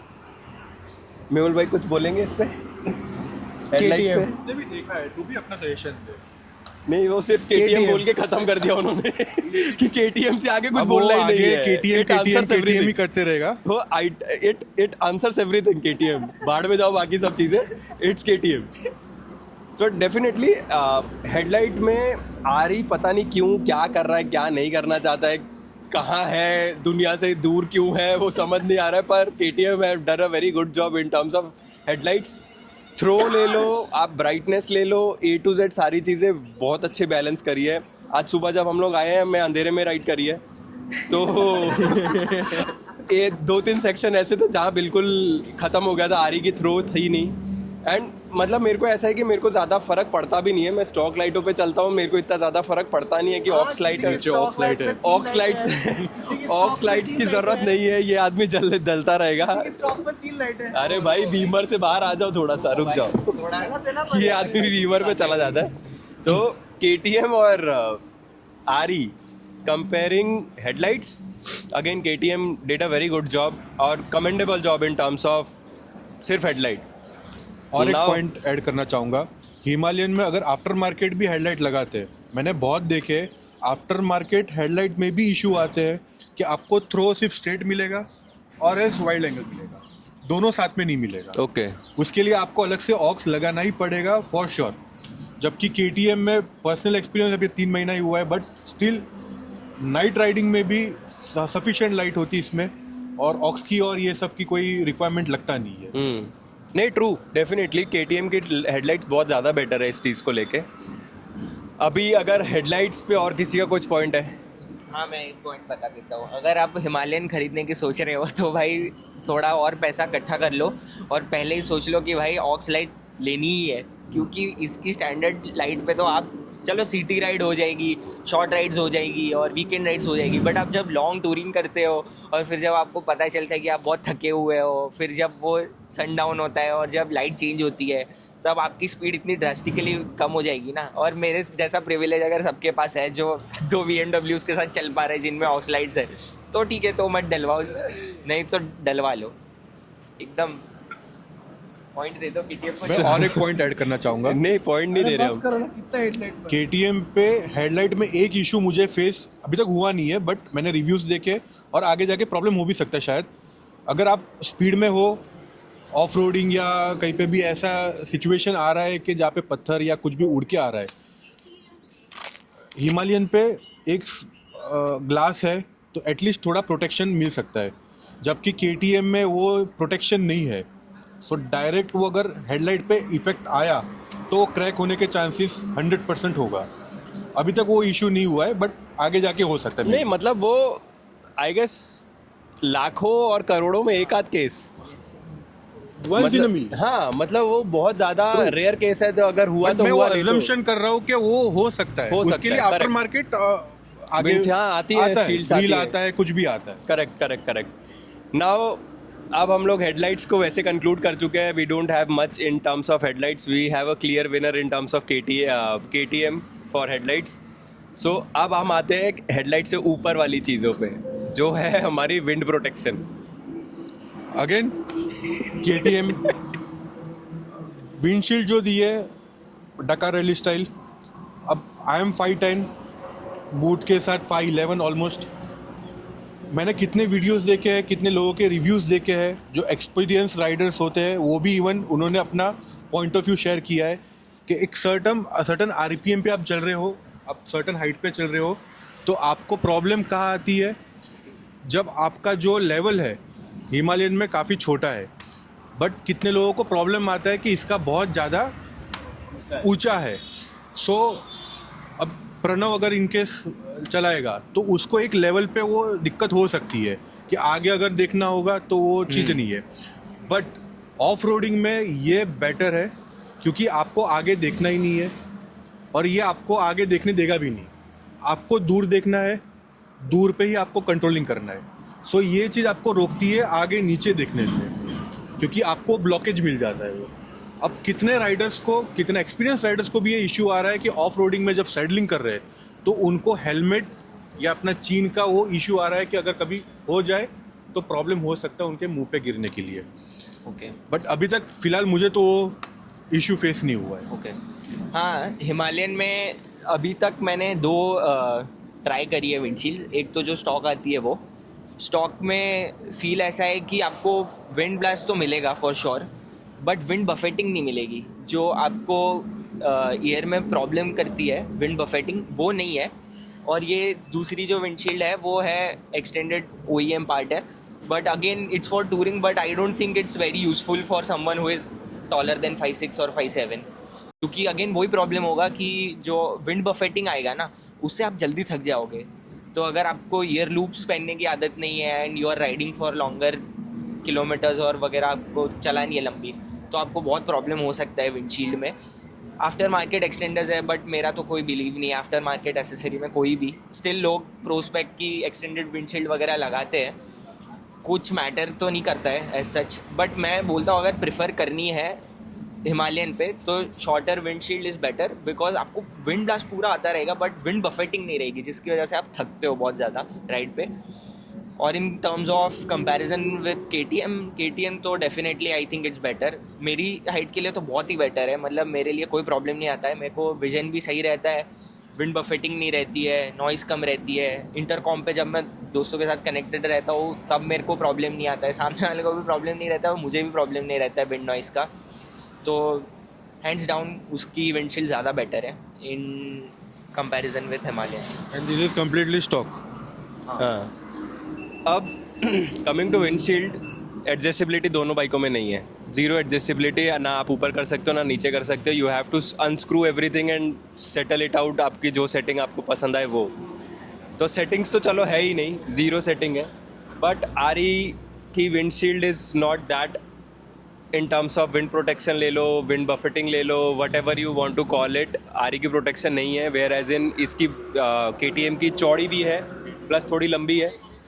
मी बीइंग टॉलर राइडर, मेरे को दोनों बाइकों में कोई इशू नहीं है इन टर्म्स ऑफ विजिबिलिटी. जो अपने यश भाई बोल रहे थे कि भाई वो आई साइड में आती है या फिर हाइंड साइड में आपके रहेगी, वो प्रॉब्लम मेरे को दोनों बाइकों में नहीं है. जस्ट बिकॉज गॉड ग्रेस भाई लंबाई अच्छी है हमारी, तो इतना कोई लोड नहीं है. हाँ, और इस लोड के लिए फिर मेरे को ऐसा लगता है कि हाँ, विंड प्रोटेक्शन के मामले में KTM have done a decent job.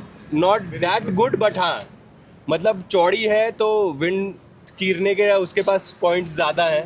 ये सेगमेंट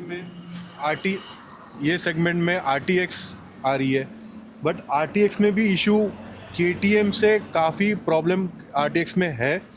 सो ये सेगमेंट में KTM के विंडशील्ड के मामले में दूसरा नहीं, कोई ट्रू. नहीं है. 400 सेगमेंट में यही stock है. में. करेक्ट.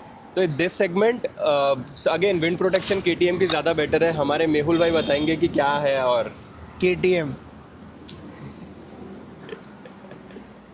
सो इस मामले में भी मतलब we are still very bias towards KTM and it's not biasing, it's more of कि भाई जो वो लोग ने अच्छा करा है वी आर अप्रिशिएटिंग इट कि भाई KTM ने वो अच्छी चीज़ करी है। तो प्रीवियस जनरेशन में आपने देखा होगा कि विंडशील्ड बहुत छोटी थी, बट इसमें उन्होंने प्रॉपर काम किया है, R&D किया है, जबकि आरी वो चीज़ में फोकस नहीं कर रहा है।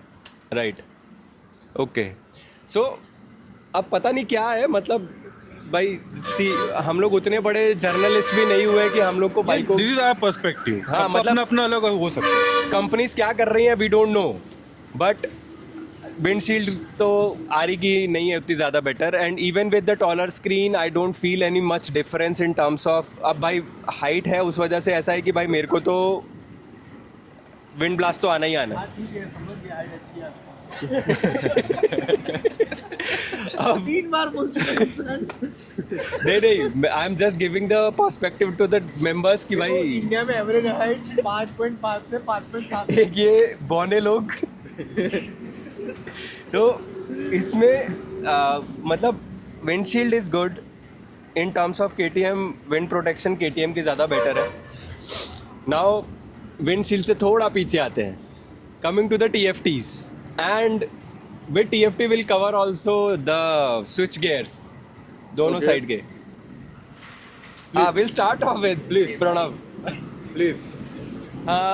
स्विचेस में तो प्रॉब्लम है फॉर श्योर, ट्रैक्टेबल नहीं है थोड़े, आई थिंक कभी वर्क नहीं करते सही से, I think mainly with the joystick what the problem is, and that is regarding the TFT display is good, very subjective, it's round and not square, तो वो प्रॉब्लम हो सकता है कुछ लोगों की, भाई राउंड कैसे हो सकती है डिस्प्ले, सही से इन्फॉर्मेशन देगी नहीं देगी, कैसे दिखाएगी, but I think decent enough है। जो उन्होंने 2 एनालॉग और डिजिटल जो मीटर्स दिए हैं for looking at the rev band and the speed, better है।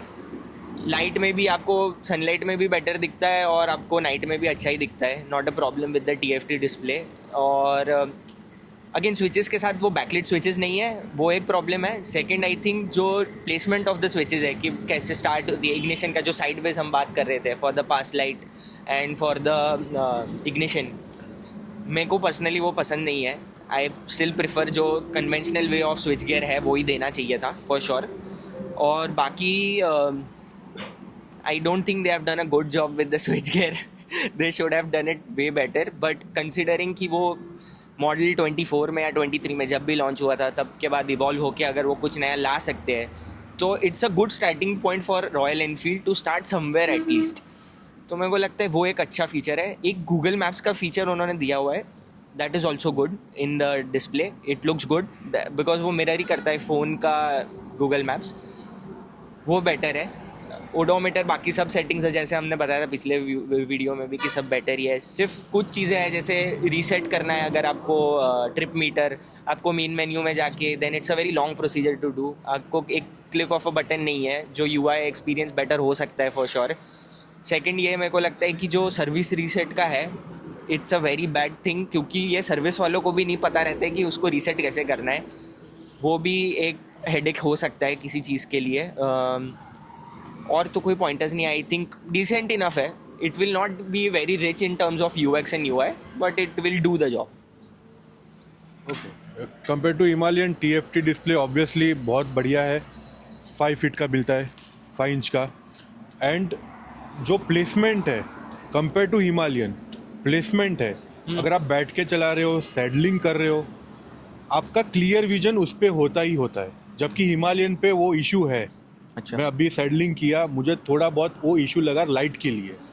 जब नाइट राइड करते हैं तब ठीक है, बट दिन में वो प्रॉब्लम आता है कि आपको क्लियर विजन इस पे नहीं मिलेगा। अच्छा, जबकि इस पे आपको क्लियर विजन मिलता है। सेकंड, बटन्स जो है KTM ने, मतलब BMW को भी एटलीस्ट दिए हैं, नो डाउट फीचर्स काफ़ी दिए हैं, बटन्स काफ़ी दिए हैं, बैकलाइट दी है, 4 लाख में बहुत कुछ दिया है बटन्स में भी उन्होंने।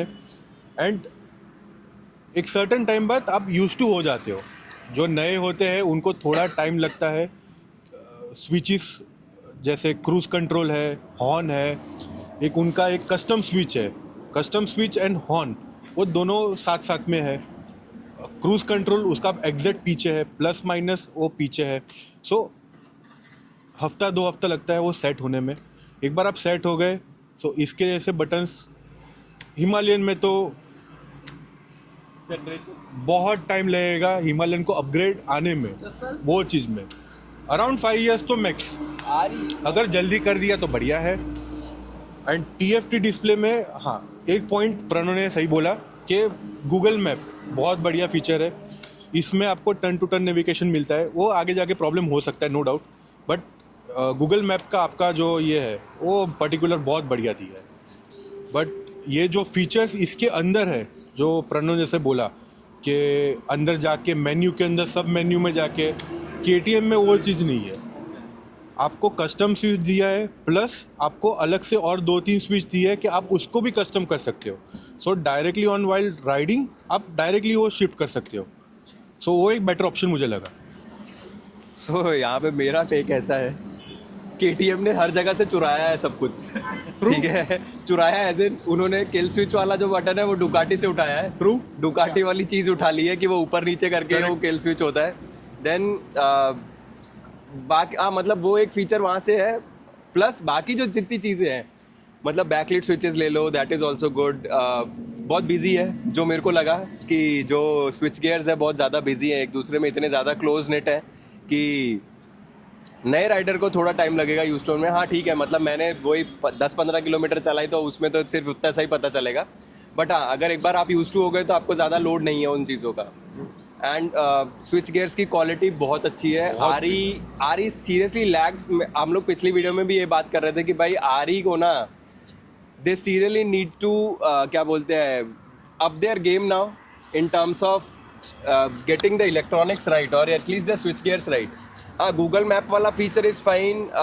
वो अगेन सब्जेक्टिव हो जाता है कि भाई आपको रेक्टेंगुलर स्क्रीन पसंद है या फिर राउंड. बट दोनों में फीचर्स इज़ फाइन. मेहुल भाई, do you have any points? KTM बस इतना बोल के अब इतना है, नहीं तो अभी ये आदमी को हम वीडियो से बाहर निकाल देंगे. ना नहीं, मैं बताता हूँ. आरी क्या कर रहा है ना, वो इंडियन माइंडसेट कंपनी है, तो वो हर चीज़ में कॉस्ट कटिंग कर रहा है. ओके. ये आपका जो राउंड डायल है ना, इसका जो आप उसको डिस्प्ले बोल रहे हो, वो काफ़ी सारी उसकी प्रीवियस बाइक में आया था. जब ये हिमालयन है उससे पहले की बाइकों में था, तो उन्होंने सेम पार्ट्स यूटिलाइज कर लिए कॉस्ट कटिंग के लिए. इन्होंने गूगल मैप्स का ऑप्शन डाल दिया. पर तूने प्रीवियस वीडियो में बोला था बैटरी कंज्यूम हो रही है. अगर ऑन द गो आप कहीं डेड जोन में चले गए, फ़ोन चाहिए तो क्या करोगे? आपकी हर जगह बैटरी चली गई. तो आरी वो चीज़ें सोच नहीं रहा, आउट ऑफ द बॉक्स चीज़ें नहीं सोच रहा, और वो अपने कंफर्ट जोन से बाहर नहीं आ रहा और नहीं आएगा. उसने कंफर्ट जोन ले लिया कि मेरी बाइकें बिक रही है तो मैं फालतू में R&D करके मेरा प्रॉफिट क्यों कम करूँ. अब वो चीज़ों में चले गए. और यहाँ पे धंधे वाले लोग, सब बिजनेसमैन आ जाता है दिमाग में. पॉइंट देता हूँ इसमें. मैं एक पॉइंट बताता हूँ. कॉस्ट कटिंग की बात सही है फॉर श्योर. बट भाई, अगर जो कंपनी आपको गूगल मैप्स मिरर करके दे सकती है, ठीक है, मतलब पोटेंशियल है R&D टीम के पास अच्छी चीज़ें देने का, लेकिन प्रॉब्लम यही है मेरे को लगता है कहीं ना कहीं कि फुल थ्रॉटल अगर वो लोग जा सकते हैं तो वो जा नहीं रहे फॉर श्योर. अभी R&D टीम फॉर श्योर बहुत काम करना है इन टर्म्स ऑफ स्विचेस, और उन्हें ये भी सोचना चाहिए कि कन्वेंशनल चीज़ें कितनी बेटर हो सकती है. ये मेरा प्रॉब्लम नहीं हो सकता फॉर श्योर. जो उन्होंने साइड बेस स्विचेस दिए है फॉर टैक्टेबिलिटी, बहुत मेजर प्रॉब्लम है. ये सबके साथ हो सकता है फॉर श्योर. ये तो उन्हें सोचना ही चाहिए बिल्ड क्वालिटी के मामले में. बट पोटेंशियल है, बस काम नहीं कर रहे हैं for what reason that I don't understand. वो जैसा KTM हिमालयन में गूगल मैप्स का फीचर है, वैसे KTM ने अपना खुद का एप्लीकेशन निकाला है. So you have to just download that thing. कि आपको मैप में एक नॉर्थ एरिया है, साउथ एरिया है, कुछ एरिया है, आपको पर्टिकुलर वो डाउनलोड करना है. मोबाइल को आपको बंद कर देना है, रख देना है. हमारे BMW में turn to turn navigation. Same ये बड़े लोग थोड़े ठीक है, but turn to turn navigation में वो हेल्पफुल है. आपकी बैटरी ड्रेन होने से बचती है, आपका मोबाइल आपका सेफ रहता है. जबकि वो हिमालयन में वो दिक्कत होती है. टर्न बाय टर्न में मेरे को एक जो ड्रॉबैक लगता है ना, वो एक ही है कि ब्रिजेस वाला भी नहीं, दैट इज़ ऑल्सो फाइन. एक टाइम को ब्रिजेस वाला we can figure it out. But जो टर्न बाय टर्न वाले में क्या है ना, it has to be very accurate कि ये टर्न कितने मीटर बाद आने वाला है. यू कैन नॉट बी कि भाई एक बार अपने ने बता दिया 10 मीटर के बाद, तो मैं 10 मीटर गिरने नहीं बैठ सकता ना. अब ये तो मेरे को बाइक को बताना पड़ेगा कि भाई अब वो 10 मीटर हो गए ख़त्म, अब you have to take turn. Because sometimes वो चौकड़ी पे अगर इफ़ यू गो वो 4 रास्ते पे अगर आपको लेफ़्ट लेना है एंड एक और रास्ता जा रहा है कहीं और या कहीं और, बीइंग इंडियन रोड्स, तो वो टर्न बाय टर्न ठीक है, it is good, but I don't think so कि वो इतना ज़्यादा एक्यूरेट है। बीमर में भी मतलब इट्स नॉट जस्ट कि KTM, it's overall turn by turn मेरे को थोड़ा कंफ्यूजिंग लगता टर्न बाय टर्न में है। इशू होता ही होता है। हम इतने ज़्यादा यूज टू हो चुके हैं मैप देखने के स्क्रीनों पे कि अब हमें टर्न बाय टर्न समझ ही नहीं आता है। और वेयर एज इन जो दूसरी कंट्रीज़ हैं उन्होंने टर्न बाय टर्न बहुत जल्दी देख लिया था, हम लोगों ने अब देखना शुरू करा है। वेयर एज इन दूसरी कंपनीज या बाहर वाली कंट्रीज़ ने बहुत जल्दी देख लिया है राइडर्स ने ये सब चीज़ें। ये बेसिकली ऐसा भी हो सकता है कि we are use to it, कि हम बचपन से गेम्स भी खेलते हैं, कुछ भी कर रहे हैं, तो उसमें भी प्रॉपर मैप का वो आता है। करेक्ट। सो हम वो चीज़ के लिए यूज टू हो चुके हैं। So turn to turn GTA navigation reference।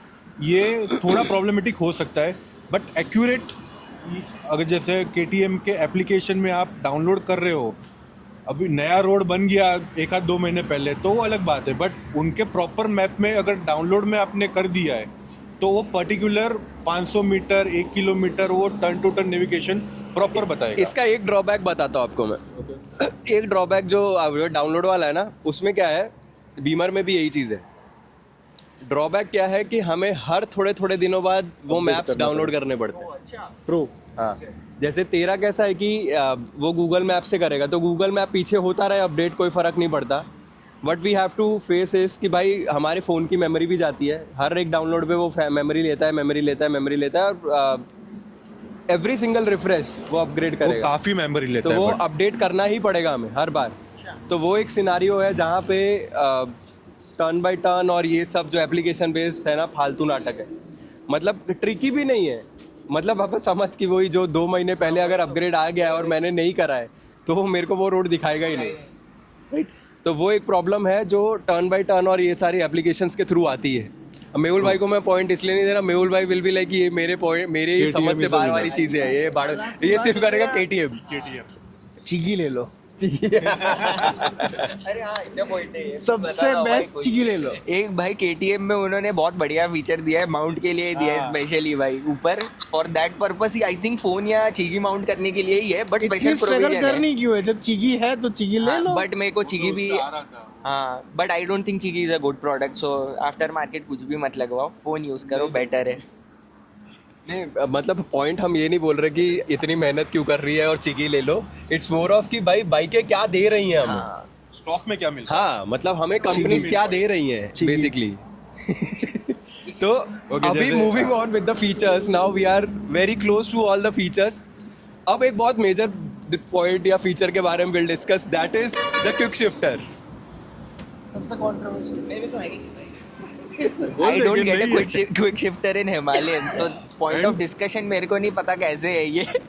KTM 390 में क्विक शिफ्टर है, but for sure quick shifter अच्छा काम करता है, बहुत स्मूथ है, अप शिफ्ट्स और डाउन शिफ्ट्स दोनों अच्छे हैं, any reference it is very smooth. KTM का ट्रांसमिशन बेटर है, सो अगर उसमें क्विक शिफ्टर होता तो it would have been much better long rides के लिए, बट है ही नहीं, तो I don't think it's a point of discussion only कि हिमालयन में है कैसा है, कुछ नहीं कर सकते भाई। वही बात हो गई कि एट लास्ट KTM ने जो क्रूज क्विक शिफ्टर दिया है, मुझे पर्सनली ऐसा फील होता है कि जब अप शिफ्ट करते हैं तो एक सर्टन RPM के बाद आपको करना पड़ता है, कितने लोग करते भी होंगे नो डाउट, बट वो इंजन को एट लास्ट इफेक्ट कहीं ना कहीं होता ही होगा। बट एक सर्टन RPM के बाद, अबाउट 3000-4000 RPM के बाद आप क्विक शिफ्टर यूज़ कर रहे हो तो बेटर परफॉर्म करता है। नहीं, it's not about affecting the engine को इफेक्ट ECU नहीं पे करता वो है। थोड़ा बहुत तो उसका कुछ लोड नहीं आता है as such. It just that कि अगर आपने कम RPM पे अपशिफ्ट करा ना तो it can be a bit juddering, या फिर वो True. झटके वो वाले एक आवाज- झटके, हाँ, वो- वो क्या होगा, आपको झटका महसूस होगा कि यहाँ पे मैंने वो गियर शिफ्ट थोड़ा करा है। पेनफुल होता है, वो Correct, आवाज correct, सुनने के लिए correct. पेनफुल होता है। सो Right. आफ्टर 4000 RPM आप वो क्विक वो शिफ्टर smooth यूज है। कर सकते हो। Correct. बट डाउन शिफ्ट के लिए लिटरली बहुत बढ़िया है। डाउन शिफ्ट के लिए मैं मोस्टली डाउन शिफ्ट ही करता हूँ। बहुत ज़्यादा स्मूथ है KTM के तो, एक्चुअली बहुत डाउन शिफ्ट तो बहुत प्यारा है। हाँ, मैंने हिमालयन में भी ट्राई करा था क्विक शिफ्टर जैसलमेर में, गलती से आदत नहीं थी, पर हिमालयन भी कर लेता है प्रणव, तू कर सकता है। इंजन बेंजिन खराब हो जाएगा पर यू कैन ट्राई एटलीस्ट। देखो प्रॉब्लम कुछ नहीं है दोनों बाइकों में। एज सच अगर मैं बोलूँ आर के कंपैरिजन में गियर शिफ्टिंग तो बहुत, वो क्या बोलते हैं, बहुत स्मूथ है। गियर शिफ्टिंग उसमें भी बहुत अच्छी है, बट वही है कि आपको क्लच यूज़ करना पड़ता है हर टाइम।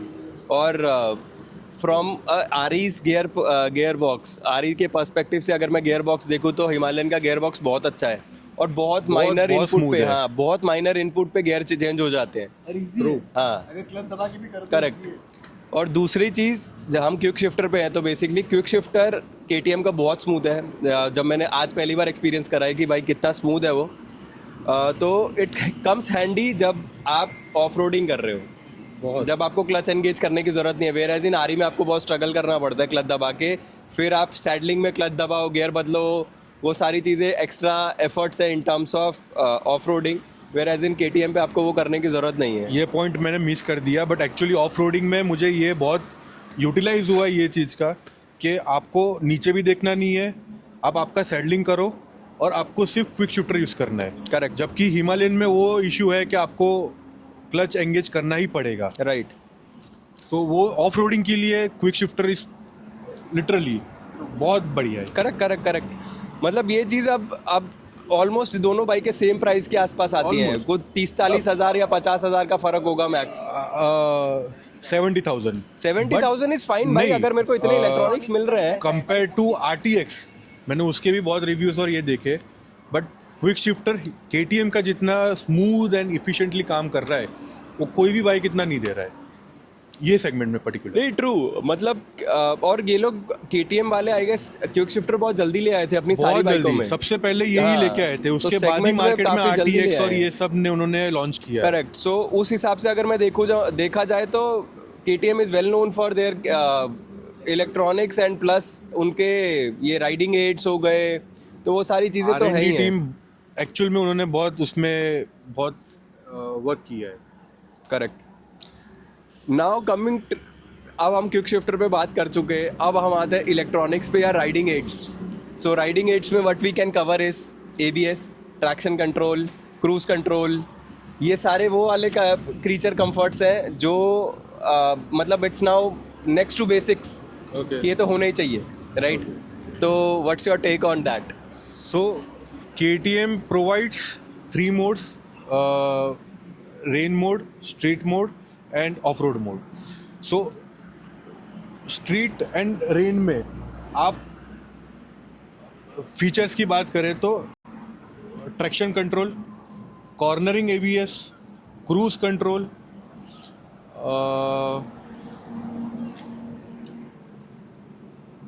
दूसरा क्या है उसमें? Quick shifter, cornering ABS, traction control. हाँ कोई बात नहीं भाई, चलेगा, इतना भी चलेगा। इतना भी बहुत है। ठीक है, अभी इतना बहुत है, अब इसके लिए तो बहुत है। और मेन चीज़ है कि मतलब सारे उसमें rain mode, street mode end of road mode, सारे मोड्स पे आप आपकी हिसाब से कस्टमाइज कर सकते हैं। अभी तक मैंने इतना उसको यूटिलाइज नहीं किया है। हाँ ठीक है, ABS मैंने रियर का बंद करके, ट्रैक्शन कंट्रोल ऑफ करके, प्रॉपर ऑफ रोडिंग में मैंने सैडलिंग किया है, सो एक डिफरेंस पता चलता है।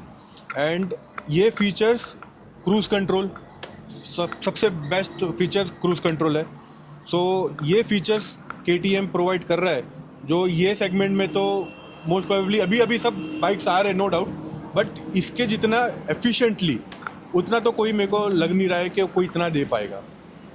ओके, आई थिंक जब आप कोई 400 सीसी की सेगमेंट की ADV अगर अभी के टाइम पे आप बना रहे हो तो ये बहुत बेसिक एड्स है, जैसा विशाल मैंने बोला कि क्विक शिफ्टर हो गया या क्रूज कंट्रोल हो गया, ट्रैक्शन, ये सब बाय स्टैंडर्ड होना चाहिए बाइक में। इट्स नॉट कि आपको, अब तो इंडियन कस्टमर भी इतना नॉविस नहीं है कि उसको पता नहीं है कि ये सब चीज़ें क्या है और किस लिए होती है। और ये राइडिंग एड्स के लिए ही है कि जब आप लंबा राइड करते हो तो आपको ये सब चीज़ें हेल्प ही करती है। अभी आप हिमालयन में देखोगे तो आई डोंट थिंक इलेक्ट्रॉनिकली बिल्कुल भी साउंड है बाइक, है ही नहीं, क्योंकि कुछ साउंड तो क्या है ही नहीं। सिर्फ ABS मिलता है, उसमें भी आपको ऑप्शन मिलता है कि आप रेयर ABS स्विच ऑन और स्विच ऑफ कर सकते हो। वेयर एज इन आपको आई थिंक ट्रैक्शन जो मैं बहुत मिस करता हूँ, जो ट्रैक्शन नेसेसरी है मेरे को लगता है बाइक में, वो KTM में प्रोवाइडेड है। वो बहुत इंपॉर्टेंट है, आई फील होना ही चाहिए। ट्रैक्शन कंट्रोल अब तो स्टैंडर्ड ही आना चाहिए, it should not be an optional accessory for a bike, specially adventure. तो एडवेंचर के हिसाब से electronical aids are not there in Himalayan, and what we have in KTM, उन्होंने इतने फीचर्स दिए हैं कि सब स्टैंडर्ड जो फीचर्स होने चाहिए उससे बढ़ के उन्होंने दिए। तो आपके पास कोई ब्रैकेट नहीं है कि आपके पास बिल्कुल कम है या बिल्कुल ज़्यादा है, आपके पास बीच का कोई है ही नहीं पार्ट। और जो 70,000 प्रीमियम आप पे करते हो ना उस बाइक के लिए, जो ऑप्शन आपको X में मिलता है without the I think electronics मिलता है ना X में, वो प्रीमियम आपको वहीं पे फील हो जाएगा कि why those electronics are necessary. क्योंकि मेरे पास, मैं खेल सकता हूँ उन चीज़ों के साथ, मेरे को अलग टेरेंस पे मैं उनके साथ एक्सपेरिमेंट कर सकता हूँ, मेरे पास बहुत ऑप्शन है उन सब चीज़ों के साथ खेलने के लिए। वेयर एज इन हिमालयन पे नो डाउट आपकी स्टैंडर्ड बाइक बहुत अच्छी हो सकती है, लेकिन ये सब चीज़ें आपको हेल्प ही करेगी बाइक के साथ। और जितनी ज़्यादा कंफर्टेबल, मैं बाइक के साथ ज़्यादा सेफ भी फील करता हूँ अगर इलेक्ट्रॉनिक्स उसमें सबसे ज़्यादा है तो। और बिगिनर के लिए तो ये और अच्छी चीज़ है कि आपके पास कॉर्नरिंग ABS है, आपके पास ट्रैक्शन कंट्रोल है, तो आप डेफिनेटली वो बाइक आपको देख के लग सकते हैं कि 40 bhp is not much, but for an ADV with what riding stance you have and what terrains you can go with this bike, आपको ये सारी चीज़ें बहुत हेल्प करेंगी फॉर श्योर। हिमालयन में ये बहुत ही मिसिंग पॉइंट है। आई थिंक इट्स हाई टाइम उनको लेके आनी चाहिए ये सारी चीज़ें, क्योंकि जैसा उन्होंने बोला कि अभी अपकमिंग बाइक्स में भी ये सब चीज़ें आ रही है, तो फॉर श्योर इलेक्ट्रॉनिक्स तो मिस होते हैं हिमालयन पे। आपका point of I am totally agree with Pranav, इतना तो बेसिक होना ही चाहिए। इसके अलावा ADVs नहीं चला सकते इंडिया में, बहुत ज़्यादा रिस्की हो जाता है। इंडियन यूथ वो चाहता है। एंड अभी बाइक की कंपनियां वो पावर देना स्टार्ट कर रही है, जो पहले पावर नहीं देती, अब वो पावर मिल रहा है क्योंकि everyone is like enjoying riding, तो वो पावर के साथ वो चीज़ें चाहिए। के लिए भी नॉर्मली ADV ले रहे हैं। नहीं, अभी मेरे को ऐसा लगता है कि भाई अब ना कंपनीज को ये समझ जाना चाहिए कि भाई अब इतना गधा कंज्यूमर बचा नहीं है कि हम उनको बेवकूफ़ बना सकते हैं कि हाँ ठीक है नहीं दिया तो नहीं दिया या ज़रूरत नहीं है। सी, मैं ये नहीं बोल रहा कि ट्रैक्शन कंट्रोल एक ऐसी चीज़ है जो आप हर थोड़े टाइम बाद यूज़ करने वाले। इट इज नॉट कंपल्सरी, हाँ। बट वो जरूरी होता है कि जब आप एक्चुअल में करेक्ट, मेरे को ऐसा लगता है कि it's more of back of the mind, आपको सिर्फ इतना पता है कि अगर मेरे से कोई गलती होती है तो बाइक संभाल लेगी। वेयर एज इन फिर कभी कभार जैसे अभी ये है, फिर कईयों को रॉ बाइकें भी पसंद आती है, भाई मेरे को ज़्यादा इलेक्ट्रॉनिक्स नहीं चाहिए, and it has to be very balanced. मतलब कि ये जो ट्रैक्शन कंट्रोल हो गया, ABS हो गया, ये सारे जो इलेक्ट्रॉनिक्स है ना, they have to be very well balanced. मतलब इतना भी इंट्रूसिव नहीं होना चाहिए उनको कि भाई वो बंदे को चलाने ना दे ढंग से बाइक, या फील ना करने दे bike, right. Where as in बिल्कुल रॉ बाइकें भी नहीं चाहिए। अब जैसे हम जैसे राइडर जिनके स्किल्स नहीं है उतने, तो जब आपके पास स्किल्स नहीं है तो what you can rely on, electronics या बाइक या टेक्नोलॉजी। तो बहुत ज़्यादा ओवर पावरिंग टेक्नोलॉजी भी नहीं होनी चाहिए और बहुत ज़्यादा कम भी नहीं होनी चाहिए। तो that is my point in terms of electronics. यहाँ भाई ठीक है, ट्रैक्शन कंट्रोल ऐसा है कि बहुत ज़्यादा हर जगह यूज़ नहीं होता। कॉर्नरिंग ABS आप कहीं once in a blue moon, हाँ बहुत मुश्किल से कहीं आप यूज़ करोगे, एंड देन ये सारी चीज़ें। बट बस that is the main thing कि आप जब गाड़ी लेके निकल रहे हो, बाइक लेके निकल रहे हो, कोई पूछ रहा है कि कितने की है, बताया क्या है इसमें, so you can show that कि भाई प्राइस जस्टिफाइड है। इट्स मोर ऑफ कि ये सारे इलेक्ट्रॉनिक्स होने चाहिए जस्ट फॉर माई सेफ्टी। मेरे बैक ऑफ द माइंड में मेरे को ऐसा नहीं लगना चाहिए कि यार अगर मेरे से कुछ गलती हुई तो मैं लुढ़क ही जाएगा सीधा, वैसा वाला हिसाब नहीं। बाकी इट्स फाइन, मतलब हर रोज़ यूज़ नहीं होंगे, बट हाँ ऐसा भी नहीं है कि it's good to have than need it, और बिल्कुल ही नहीं है और भाई ज़रूरत पड़ गई तो मेरे को चाहिए, तो वो वाला सीन है, वो एक सही चीज़ है। So now what we have done is we have discussed everything about the bikes in terms of from the bone to the electronics to the technologies, what companies have given, कहाँ company lag कर रही है। हाँ एक point add करना रह गया जो KTM ने पर्टिकुलर दिया है, जो आई थिंक बहुत प्रीमियम बाइक्स में आता है। साइड लाइट अगर आप ऑन कर रहे हो after turning, automatically side light auto cancelling वाला, यस। नाइस। सो R&D जो KTM ने किया है, और ये KTM एडवेंचर वो ने, इन्होंने बोला वो चुराया हुआ है। नहीं चुराया नहीं, ऐसी KTM के पास ये सारी चीजें ऑलरेडी है, बीइंग अ कंपनी उनके पास ऐसा नहीं उन्होंने एडवेंचर में दिया है, उनके पास ड्यूक में भी है। नहीं नहीं नहीं नहीं, मैं वैसा शेयर नहीं। होल्डर हूँ। मतलब इसमें कैसा है, मैं बताता हूँ क्या सीन है। अब मेरे को ऐसा लगता है कि आरी ना, फ्रॉम द बैकग्राउंड, आरी कभी भी बाइकें नहीं बनाता था सिर्फ। ट्रू। मतलब उसकी पेरेंट कंपनी आइशर है, राइट। तो KTM being starting from the bike, उनके पास प्रीमियम बाइकें हैं, मतलब बड़े सेगमेंट की बाइकें हैं, 1290, फिर अपनी 900, 890, बहुत सारी बाइकें हैं। सो वो प्रीमियम टेक्नोलॉजी कभी भी उठा सकते हैं वहाँ से अपनी बड़ी बाइकों से और इसमें डाल देंगे, और उनके लिए वो बहुत बड़ी चीज़ नहीं है। बिकॉज उन्होंने क्या करा है कि उतना वॉल्यूम खेल चुके हैं कि that technology is very cheap for them now, right, from the business perspective. और जहाँ पे अगर मैं देखूँ फॉर आरी, अगर उनको कुछ नया डेवलप करना है तो उनको नए डेवलपमेंट में विथ कॉस्ट एंड अब जहाँ कॉस्टिंग की बात आती है, देन आपको ये भी देखना पड़ेगा कि भाई मेरी कॉस्ट इतनी ज़्यादा भी नहीं हो जाए कि मेरा कस्टमर खरीद ही ना पाए, right. Where as in KTM को पता है कि भाई जो मेरा कस्टमर आ रहा है मेरे पास बाइक लेने, they are well aware of this things कि भाई जो मैं पैसा दे रहा हूँ सो उतनी चीज़ें मैं एक्सपेक्ट करता हूँ बाइक से, और उनका कस्टमर ले लेगा। वेयर एज इन आरी का जो कस्टमर है, जो जैसे ये रॉयल एनफील्ड वालों का जो बुलेट हो गई या फिर थंडरबर्ड हो गई, इनसे उठ के वो हिमालयन पे आ रहा है फॉर एडीवीज, तो वो ज़्यादा एक्सपेक्ट नहीं करता और वो ज़्यादा प्राइस पे करना नहीं चाहता है। They just want to get enter into it. और अब इसमें कैसा हो जाता है कि जैसे आप समझो कि लोगों की नॉर्मल बाइकें, स्टार्टिंग बाइक किसी की भी, एक कॉलेज गोइंग स्टूडेंट या फिर जो अभी अभी जिसने जॉब शुरू करी है, उनके लिए आरी की जो प्रोडक्ट है Himalayan, that is more approachable in terms of, या more affordable in terms of pricing.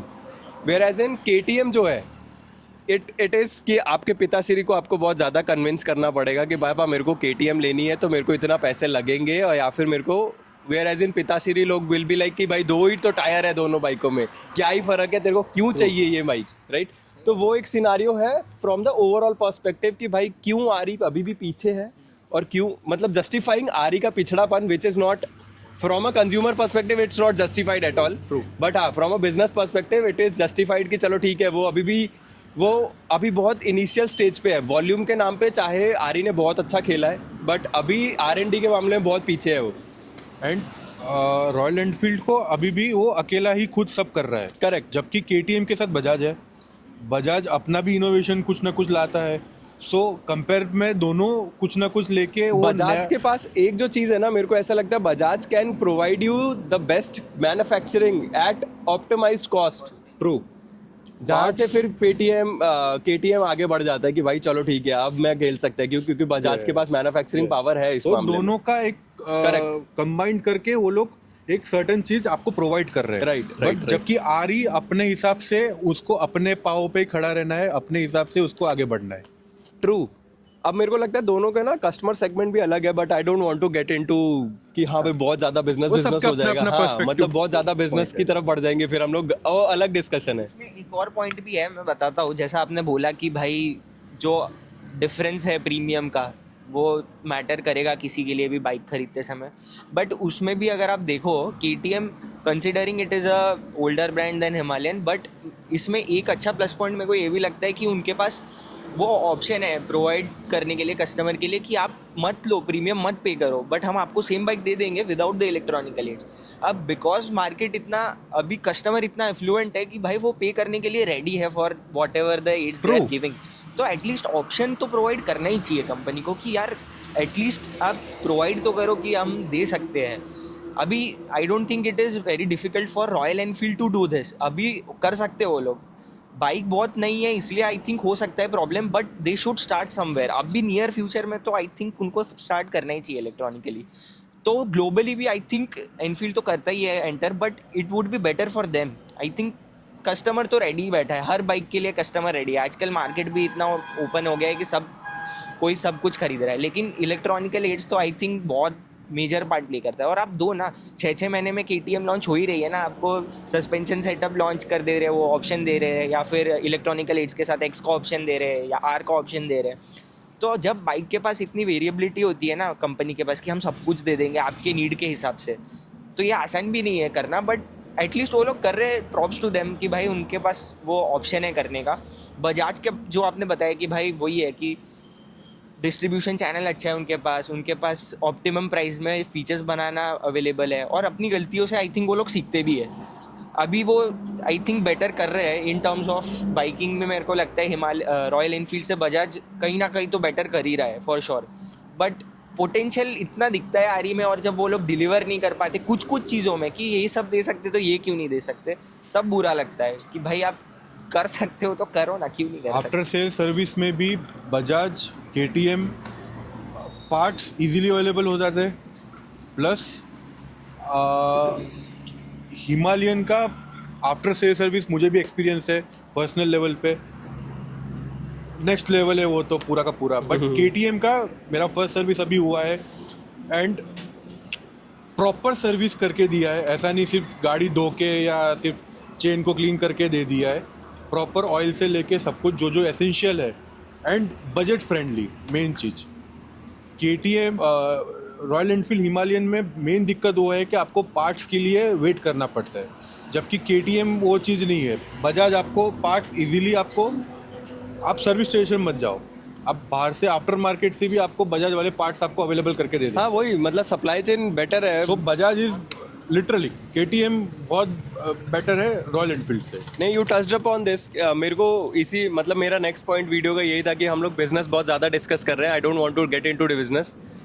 ये क्या बोलते हैं, after sale service experience was something that I wanted to discuss next. वही था पॉइंट कि आफ्टर सेल सर्विस कैसा रहा, तो मतलब यू ऑलरेडी कवर्ड इट कि KTM का you are very fine with it because आपने दोनों मेरा एक ओन करी है। जैसे आपने लास्ट वीडियो बनाया था प्रणव के साथ, सो पर्सनल लेवल पे मेरे शोरूम वाले भी मेरे फ्रेंड है एंड सर्विस स्टेशन वाले भी समवॉट नोन पर्सन है, सो कहीं ना कहीं वो मुझे हेल्प करते हैं।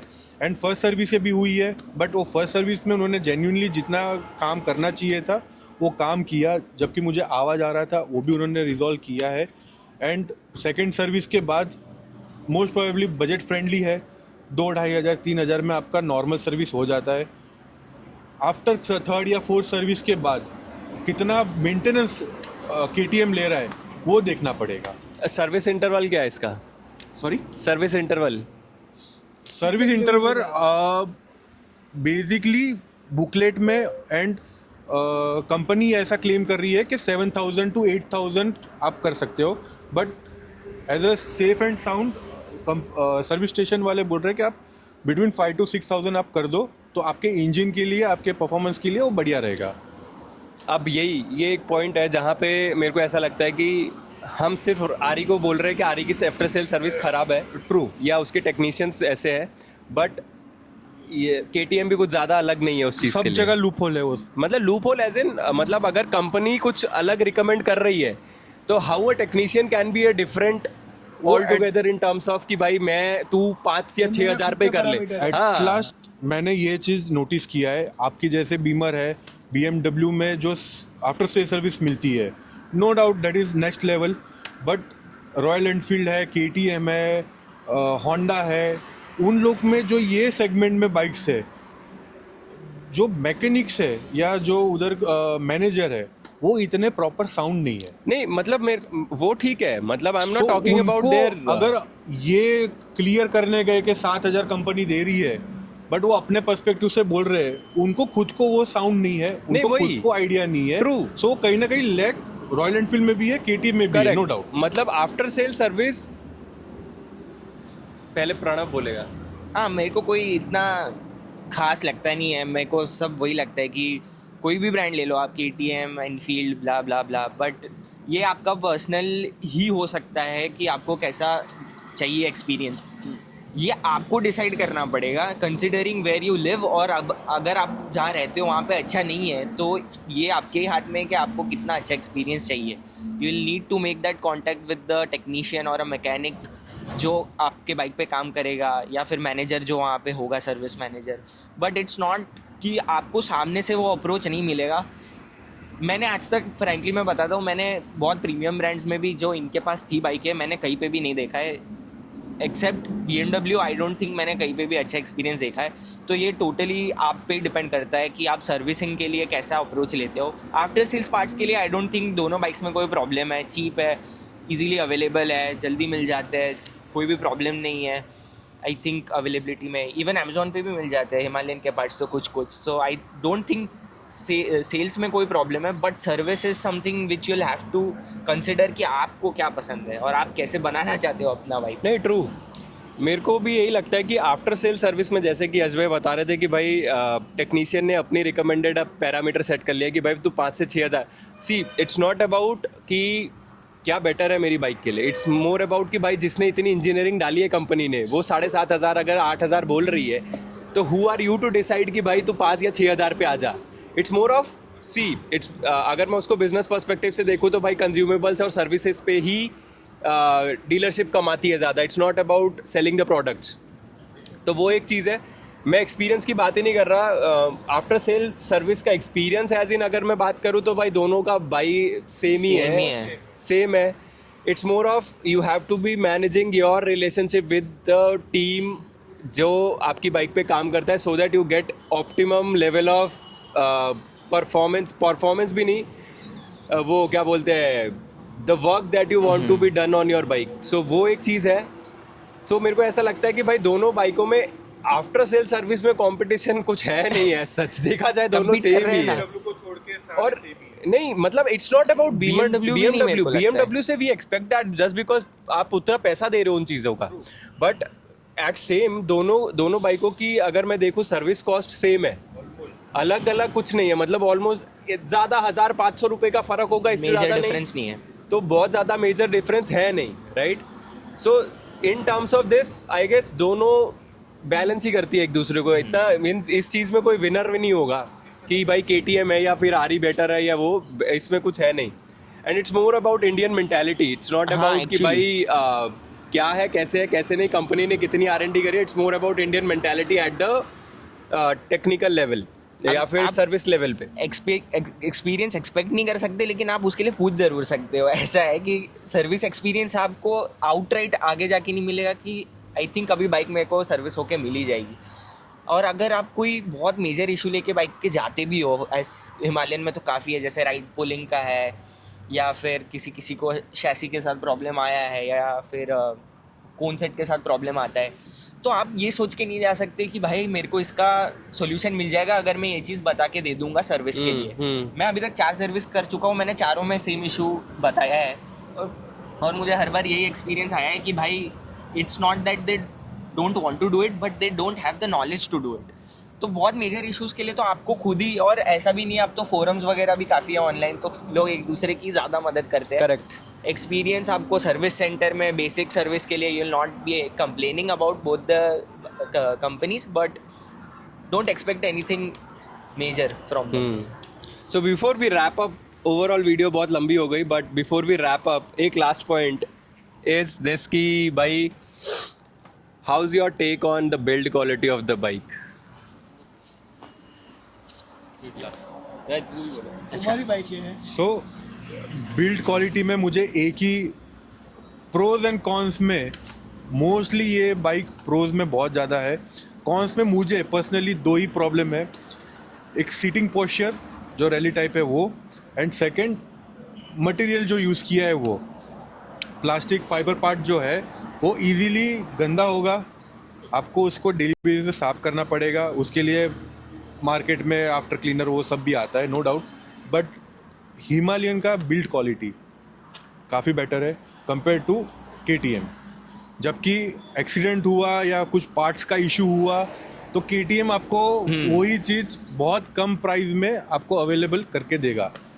But build quality no doubt, fibre part है, प्लास्टिक पार्ट है, तो वो थोड़ा बहुत तो उसमें प्लस माइनस रहेगा।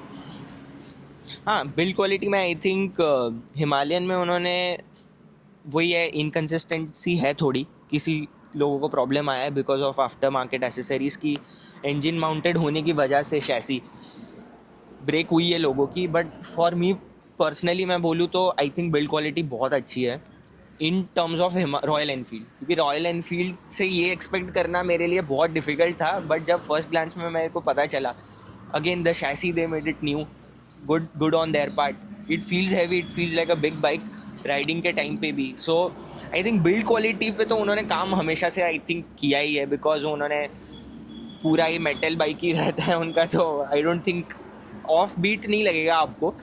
बट बहुत आई थिंक वही है जो स्विचेस वगैरह में बिल्ड क्वालिटी के इश्यूज हो सकते हैं, वही हो सकते हैं. इधर मैं वाइब्रेशंस का बात करना चाहूँगा स्पेशली, क्योंकि KTM में आई थिंक बिकॉज ये प्लास्टिक फील है और ये मेटल फील है, तो जो वाइब्रेशंस आपके पैर से बॉडी तक ट्रैवल होते हैं ना, वो प्लास्टिक में ट्रैवल करना it's easy for it compare to metal. So मैं अगर टैंक को हक करके बैठता हूँ ना, मेरे को अपनी अपर बॉडी पे कभी भी वाइब्रेशंस फील नहीं होते. For a long ride I think it could be a problem if I am going on a very high rev range on Himalayan. I think it could go numb, but बहुत major time से मेरे साथ ऐसा कोई issue हुआ नहीं है.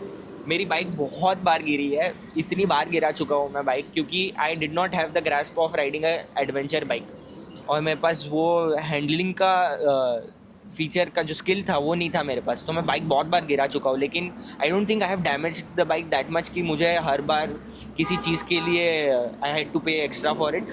जो बार एंड्स में आई थिंक स्क्रैचेस वगैरह आते हैं वही है, और फिर टैंक गार्ड पे आई थिंक स्क्रैचेस है 2-3, but build quality wise I think it is build solid, made like a gun.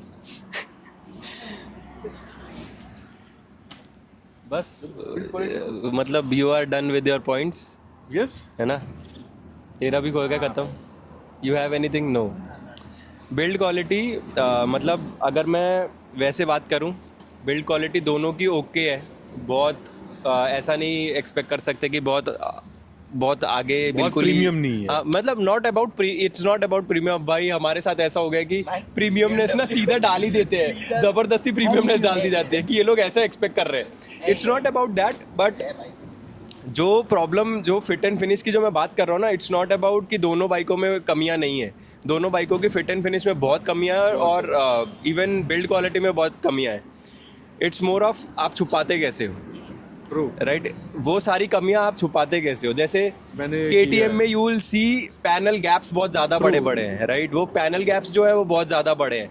It's not about कि वो गंदी कितनी अगर हो आप रही है. फर्स्ट टाइम लुक दे रहे हो उसको तो आपको ऐसे लगेगा कि यहाँ से क्रैक है. हाँ, या मतलब वो अलग हो गया. करेक्ट. वो जो छुपाने वाली चीज़ें होती है ना, वो बहुत ज़्यादा ज़रूरी होती है कि कमियां हर एक चीज़ में है, पर आप छुपा कैसे रहे हो.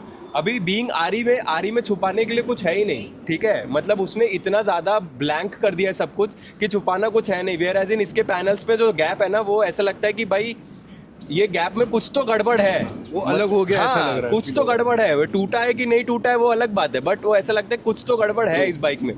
देन कम्स द रिप्लेसमेंट या फिर रिपेयरमेंट की बात जो हम लोग कर रहे थे. अग्रीड अपॉन दिस कि भाई KTM में it will be much more cheaper to do it. For example, अगर आपका कहीं भी कुछ पार्ट टूटता है तो इट्स जस्ट अ पैनल जो आपको चेंज कराना है, and you are done and dusted, you are good to go back. Where as in RE में बीइंग मेटल, अब वो मेटल इतना ज़्यादा है कि अगर मेरे टैंक पे डेंट पड़ गया, ठीक है, मैं वो डेंट रिपेयर करवा ही नहीं सकता. अगर ऐसी जगह डेंट पड़ा है जहाँ से अंदर से भी मैं कुछ नहीं करवा सकता, तो भाई all option I have is order a new part all together which will be costlier just because वो मेटल है. वेयर एज इन KTM में अगर वो कोई भी एक पार्ट टूटता है, भाई मेरे को कुछ नहीं करना है, मेरे को उठाना है, ऑर्डर देना है और वो पार्ट आ जाएगा. जस्ट बिकॉज प्लास्टिक है, इतना ज़्यादा टाइम भी नहीं लगने वाला है, ना ज़्यादा मेरे को मेहनत करनी है. हाँ, रिपेयरेबल नहीं है कोई भी चीज़. वेयर एज इन मेटल में you just get this flexibility कि भाई रिपेयर कर सकता हूँ मैं. इनकेस अगर कुछ मुड़ता है तो मैं टांगे वांगे मार के स्ट्रेट कर सकता हूँ. जैसे कि स्टीयरिंग. हाँ, कुछ भी. वो स्टेयरिंग उनका वो है, क्या बोलते हैं, उन्होंने ज़बरदस्त खुद दिया है वो. मैं वीडियो करना ऐसा तो वो फीचर भी नहीं है, वो पता नहीं क्या है. वो फीचर ही है.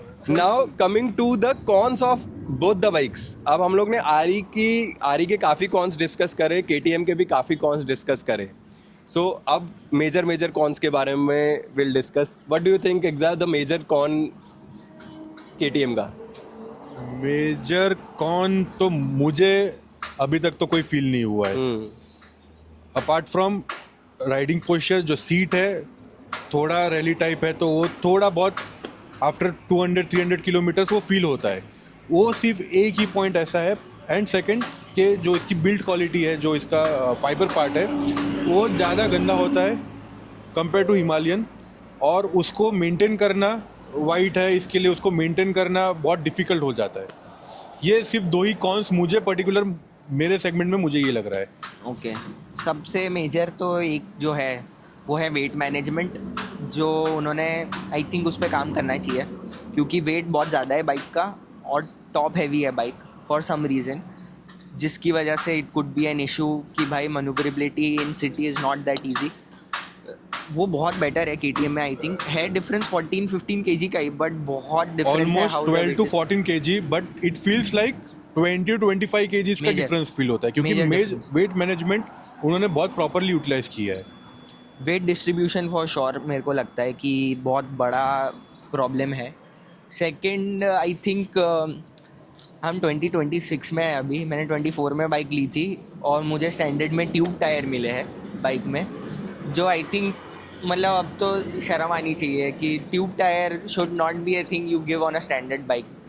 अफ्रीका ट्विन में भी वो लोग सुधर गए, अब वो लोग भी ऑप्शन दे रहे हैं to give a tubeless tyre, तो आरी क्यों नहीं कर सकता है वो। प्रीवियसली एक प्रॉब्लम ये भी था मुझे कि जो स्टैंडर्ड कंपनी फिटेड टायर्स आते हैं they were not available in the market. मैंने चेंज नहीं करवाए लेकिन still it was not available in the market. क्रॉसपो the tyre as well, grip रैड जो अभी सीएट का है, जो कंपनी फिटेड आता है वो आफ्टर मार्केट आपको कहीं भी नहीं मिलेगा, तो आपको कोई दूसरा ही टायर हमेशा लगवाना पड़ेगा। That is an issue. Second I think, और थर्ड इलेक्ट्रॉनिक एड्स मैं कहूँगा मेजर कौन है for sure. And fourth I think बहुत छोटे छोटे प्रॉब्लम है, बहुत मेजर नहीं है बट बहुत छोटे हैं। जैसे मिरर हर बार प्रॉब्लम देता है कि आपको सर्टेन पॉइंट ऑफ स्पीड के बाद नई विजिबिलिटी देगा, और हमेशा लेफ्ट वाला मिरर कहीं भी ना कभी तो वो लूज़ होना ही है। वाइब्रेशन भी उतना ही होता है, लेफ्ट लूज़ होता ही है मिरर। तो ये बहुत छोटे छोटे पॉइंट्स है कि मिरर लूज़ हो जाना, या फिर आपकी वही है कि वाइब्रेशंस कभी कभी फील होना कभी ना फील होना, इनकन्सिस्टेंसी है थोड़ी बाइक में आई थिंक। तो ये 3 तो मेजर पॉइंट्स है कि weight management, tubeless tyres, and I think right pulling another issue जो मेरे को आता है, बट आई हैव सीन कि सबको ये प्रॉब्लम नहीं आता है। तो राइट पुलिंग का भी एक इशू है जो हाई स्पीड्स पे आता है, विच डज नॉट मीन कि आपको बाइक चलाते हुए हमेशा आपको फील आएगा that you are dragging the bike, ऐसा नहीं होगा। But right pulling is an issue, क्योंकि अगर आपकी बाइक में कंसिस्टेंटली ये इशू आता है तो मुझे समझ भी आता है, लेकिन हर बाइक में नहीं है। तो again I have seen videos कि ये ट्रूइंग के लिए है, बाइक के ट्रूइंग पे डिपेंड करता है कि क्यों ऐसा है, बट मेजर इशू है ये। आपकी बाइक में बिल्ड क्वालिटी इश्यूज़ नहीं होने चाहिए थे, ऐसे कंसिस्टेंसी नहीं है with the build quality. Major तो यही है प्रॉब्लम्स आई थिंक। हाँ, हम इनको परेशान नहीं करेंगे इस चीज़ के लिए कि भाई आप बताओ क्या कमी है क्या नहीं है। ये आदमी बिल्कुल नहीं, बस KTM बोल के छोड़ देगा। तो अब मैं मेरा पर्सपेक्टिव या मेरा पॉइंट ऑफ व्यू बताता हूँ इन टर्म्स ऑफ क्या क्या कॉन्स है या क्या मिस कर दिया इन दोनों बाइकों ने, या दोनों बाइकों में क्या नहीं है। बहुत बोलते हैं यार लोग। The problem with is this bike is electronics, quick shifter और ओवरऑल फिट फिनिश। मतलब वेल्डिंग दिखती है, ये दिखता है, वही कमियां छुपाने वाली चीज़ जो है ना वो नहीं है। दैट इज़ विद आरी। अब कमिंग टू इसका side stand is afterthought again, इसका side stand was an after thought.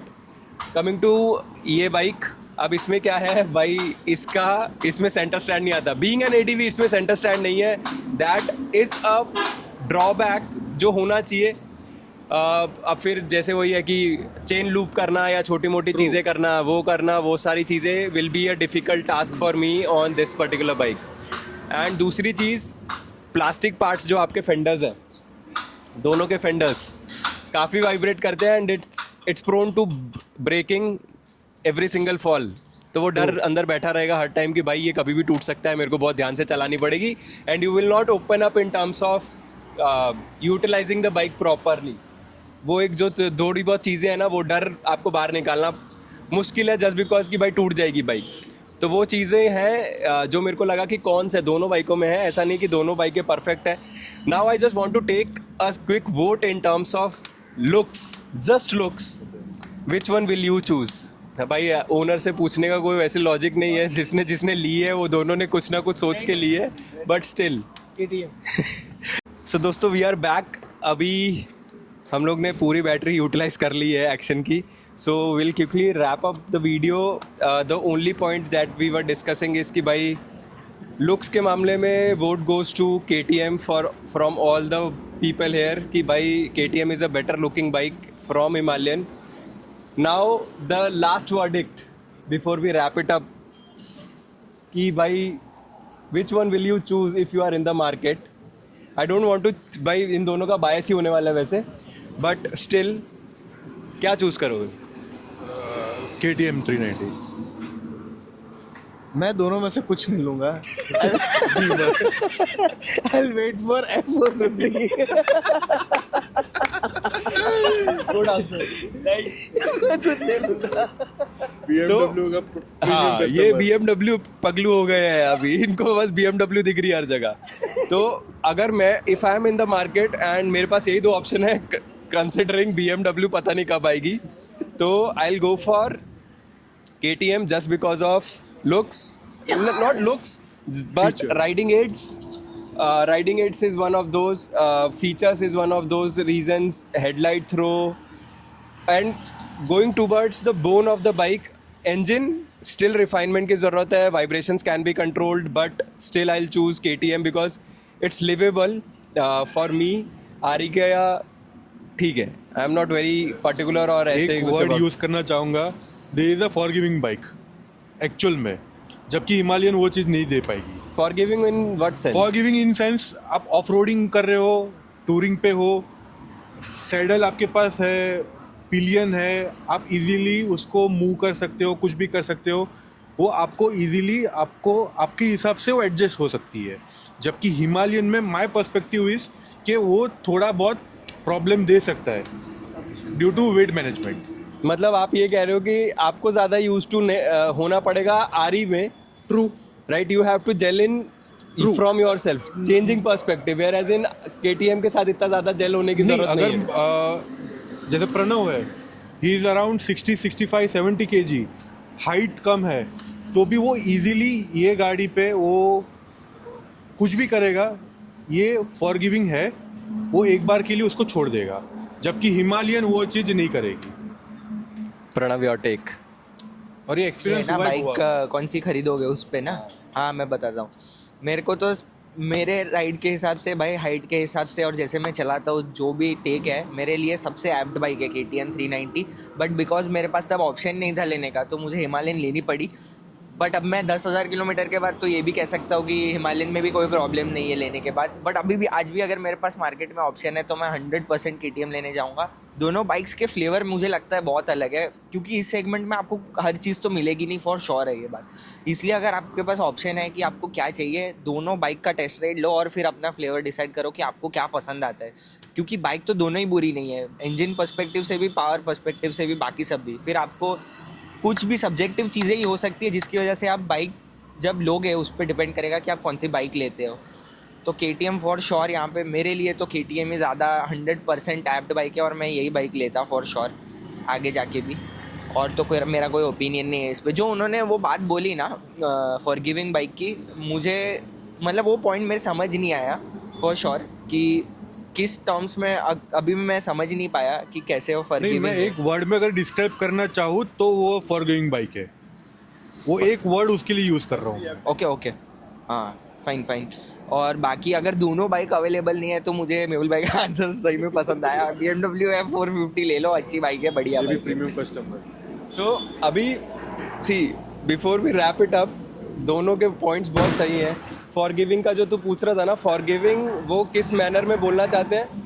Forgiving को उस मैनर में बोल रहे हैं कि it's more easy to manoeuvre, it's more. If you are new rider, correct. अच्छा, तो इसको कंट्रोल करने के लिए ज़्यादा इनपुट देने की ज़रूरत नहीं पड़ेगी, राइट? वेयर एज इन इसको कंट्रोल करने के लिए you have to be physically also strong just to manage 210 kilo.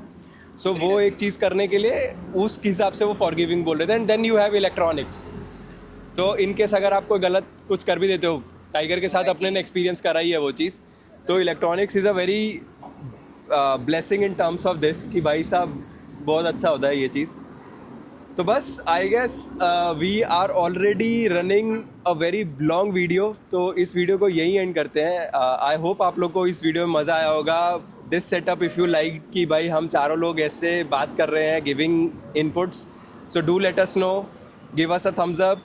And if you have any feedback or any comments on both the bikes, and if you disagree or if you agree with any of the points that we made in this particular video, you can definitely feel free to drop in the comments and बस that's it. I hope आप लोग को मज़ा आया होगा. फिर मिलते हैं ऐसे ही किसी और वीडियो में. Till next time, ride safe guys.